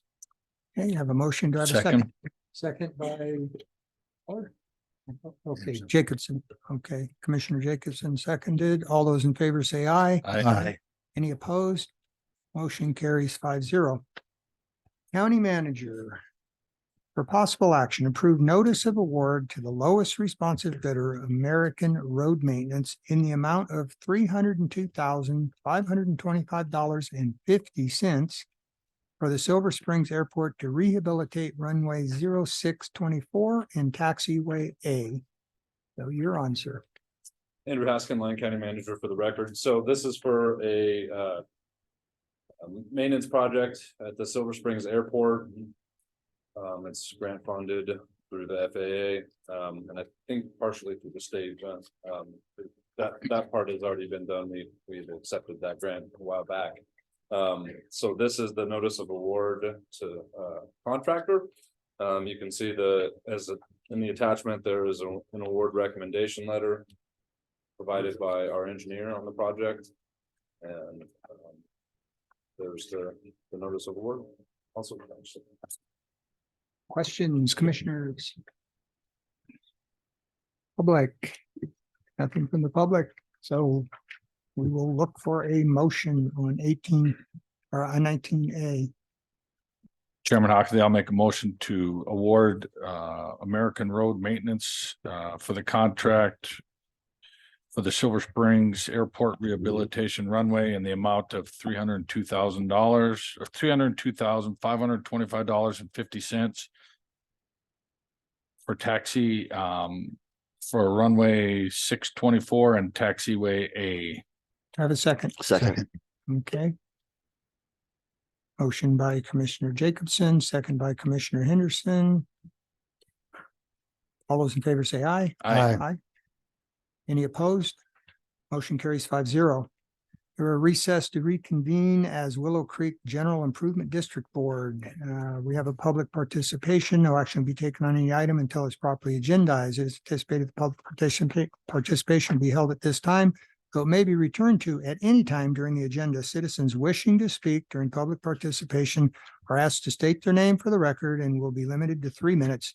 The board will conduct public comment after discussion of each agenda action item, but before the board takes any action. So any public comment for Willow Creek General Improvement District Board? Seeing none, then we will move on to item 21A for possible action. Approve a resolution authorizing the sale of real property described as Lyon County APN 003-082-04, an approximate 2,500 square foot landlocked parcel owned by the Willow Creek General Improvement District for $350 to the adjoining property owners because the property is not needed by the district. And of course, it's landlocked. So Mr. Foley, go ahead. Josh Foley, Lyon County Comptroller for the record. The board previously approved moving forward with the sale, concept of sale on this in December of 21. And I went through the entire list of appraisers of all the surrounding counties and no one would appraise it. Too small a parcel, no comparables. It's literally a building that's a well house that used to be a well inside of there. We abandoned the well and capped it many years ago and rented that to the city of Yerington water system. So we have no further use of it. Couldn't get an appraisal. We had the assessor's office take a look at it, provide their estimate of what it was worth as an appraisal. It qualifies for an exemption in statute from an appraisal based on value. And so we have it to the board to dispose of it to the surrounding land. Any questions? Yeah, I have a question. So I saw in the assessor's thing that they were gonna merge that into the other property, is what they talked about. Is that required? That's not. They do a lot required. line, so we're selling a parcel that no one can use to someone, and they don't have to put it into that bigger unit. We're not requiring that. We're not requiring that. I would assume that they're gonna want to do a reversion to acreage there and combine the two parcels. When that was formed, was there a water right used to form that? So the water right was transferred to the city of Yerington as part of connection to the city water system. So there's no longer a water right associated with it. Okay, Okay, anything further? Any public comment? If not, then we will look for a motion on 21A. Mr. Chair, I move that we approve a resolution authorizing the sale of real property described as Lyon County APN 003-082-04, an approximate 2,500 square foot landlocked parcel owned by the Willow Creek General Improvement District for $350 to the adjoining property owners because the property is not needed by the district. Do I have a second? Second. Okay. Motion by Commissioner Henderson and a second by Commissioner Hendricks. All those in favor say aye. Aye. Any opposed? Motion passes 5-0. And public participation, anticipated the public participation be held at this time, though may be returned to at any time during the agenda. Citizen wishing to speak during public participation are asked to state their name for the record and will be limited to 3 minutes. And the board will conduct public comment after discussion of each item. And before we take action, we've already gone there. So now we are going to adjourn to reconvene as the Lyon County Board of Commissioners. 24, agenda requests. I'll start with Commissioner Hendricks. Not at this time. Commissioner Henderson. I believe the county manager is working on several things, so I will add to his list at this point. Yep, and same with me. So we'll go on with Commissioner Keller. I'm good. Good. Commissioner Jacobson. Thank you, Chairman Hockaday. I would like to throw out there that we contact BOR and invite them to our next meeting to discuss the Fernley Canal and progress, cost overruns, etc. Okay. 24 is complete. 25 commissioner comments. I'll start with Commissioner Jacobson. Thank you. I just want to let everyone know that there's a 9/11 ceremony Monday, 9 a.m. at 195 East Main Street in Fernley. It would be great to see any and all there. And I hope we just keep 9/11 and the events of that day in the back of our minds at all times. Thank you, sir. Commissioner. I just had a private comment to make that my grandson graduated boot camp this morning and is on his way home. Congratulations. Congratulations. Pass it on. Commissioner Hendricks. Not at this time. Commissioner Henderson, you're good? I am good. Okay. I think we were good. Make sure everybody double counted on that one. I have no further comments. So we'll look at closed session. Do we have any closed session today? We do. We do? Yes. Okay, then we will move on to closed session and basically I'll go ahead and do a last public participation here, just so everybody knows that if they have anything final to say at the end of this meeting, unless you want to hang around until the closed session's over, and I doubt that. Anticipated the public participation be held at this time, that may be returned to at any time during the agenda. Citizens wishing to speak, please give your name and you'll have 3 minutes. Any further public participation? All we do, outstanding. I'm still Russ Wright. Still live in Dayton. Commissioner Jacobson.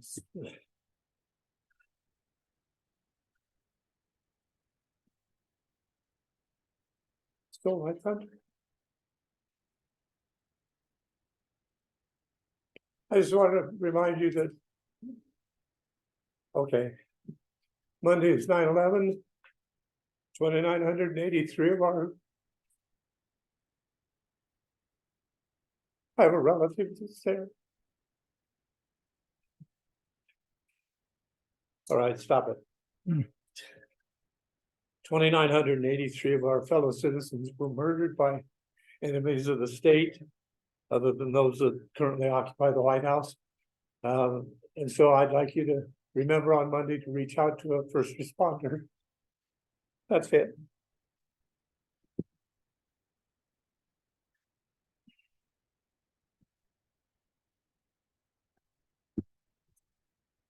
Thank you, Mr. Wright.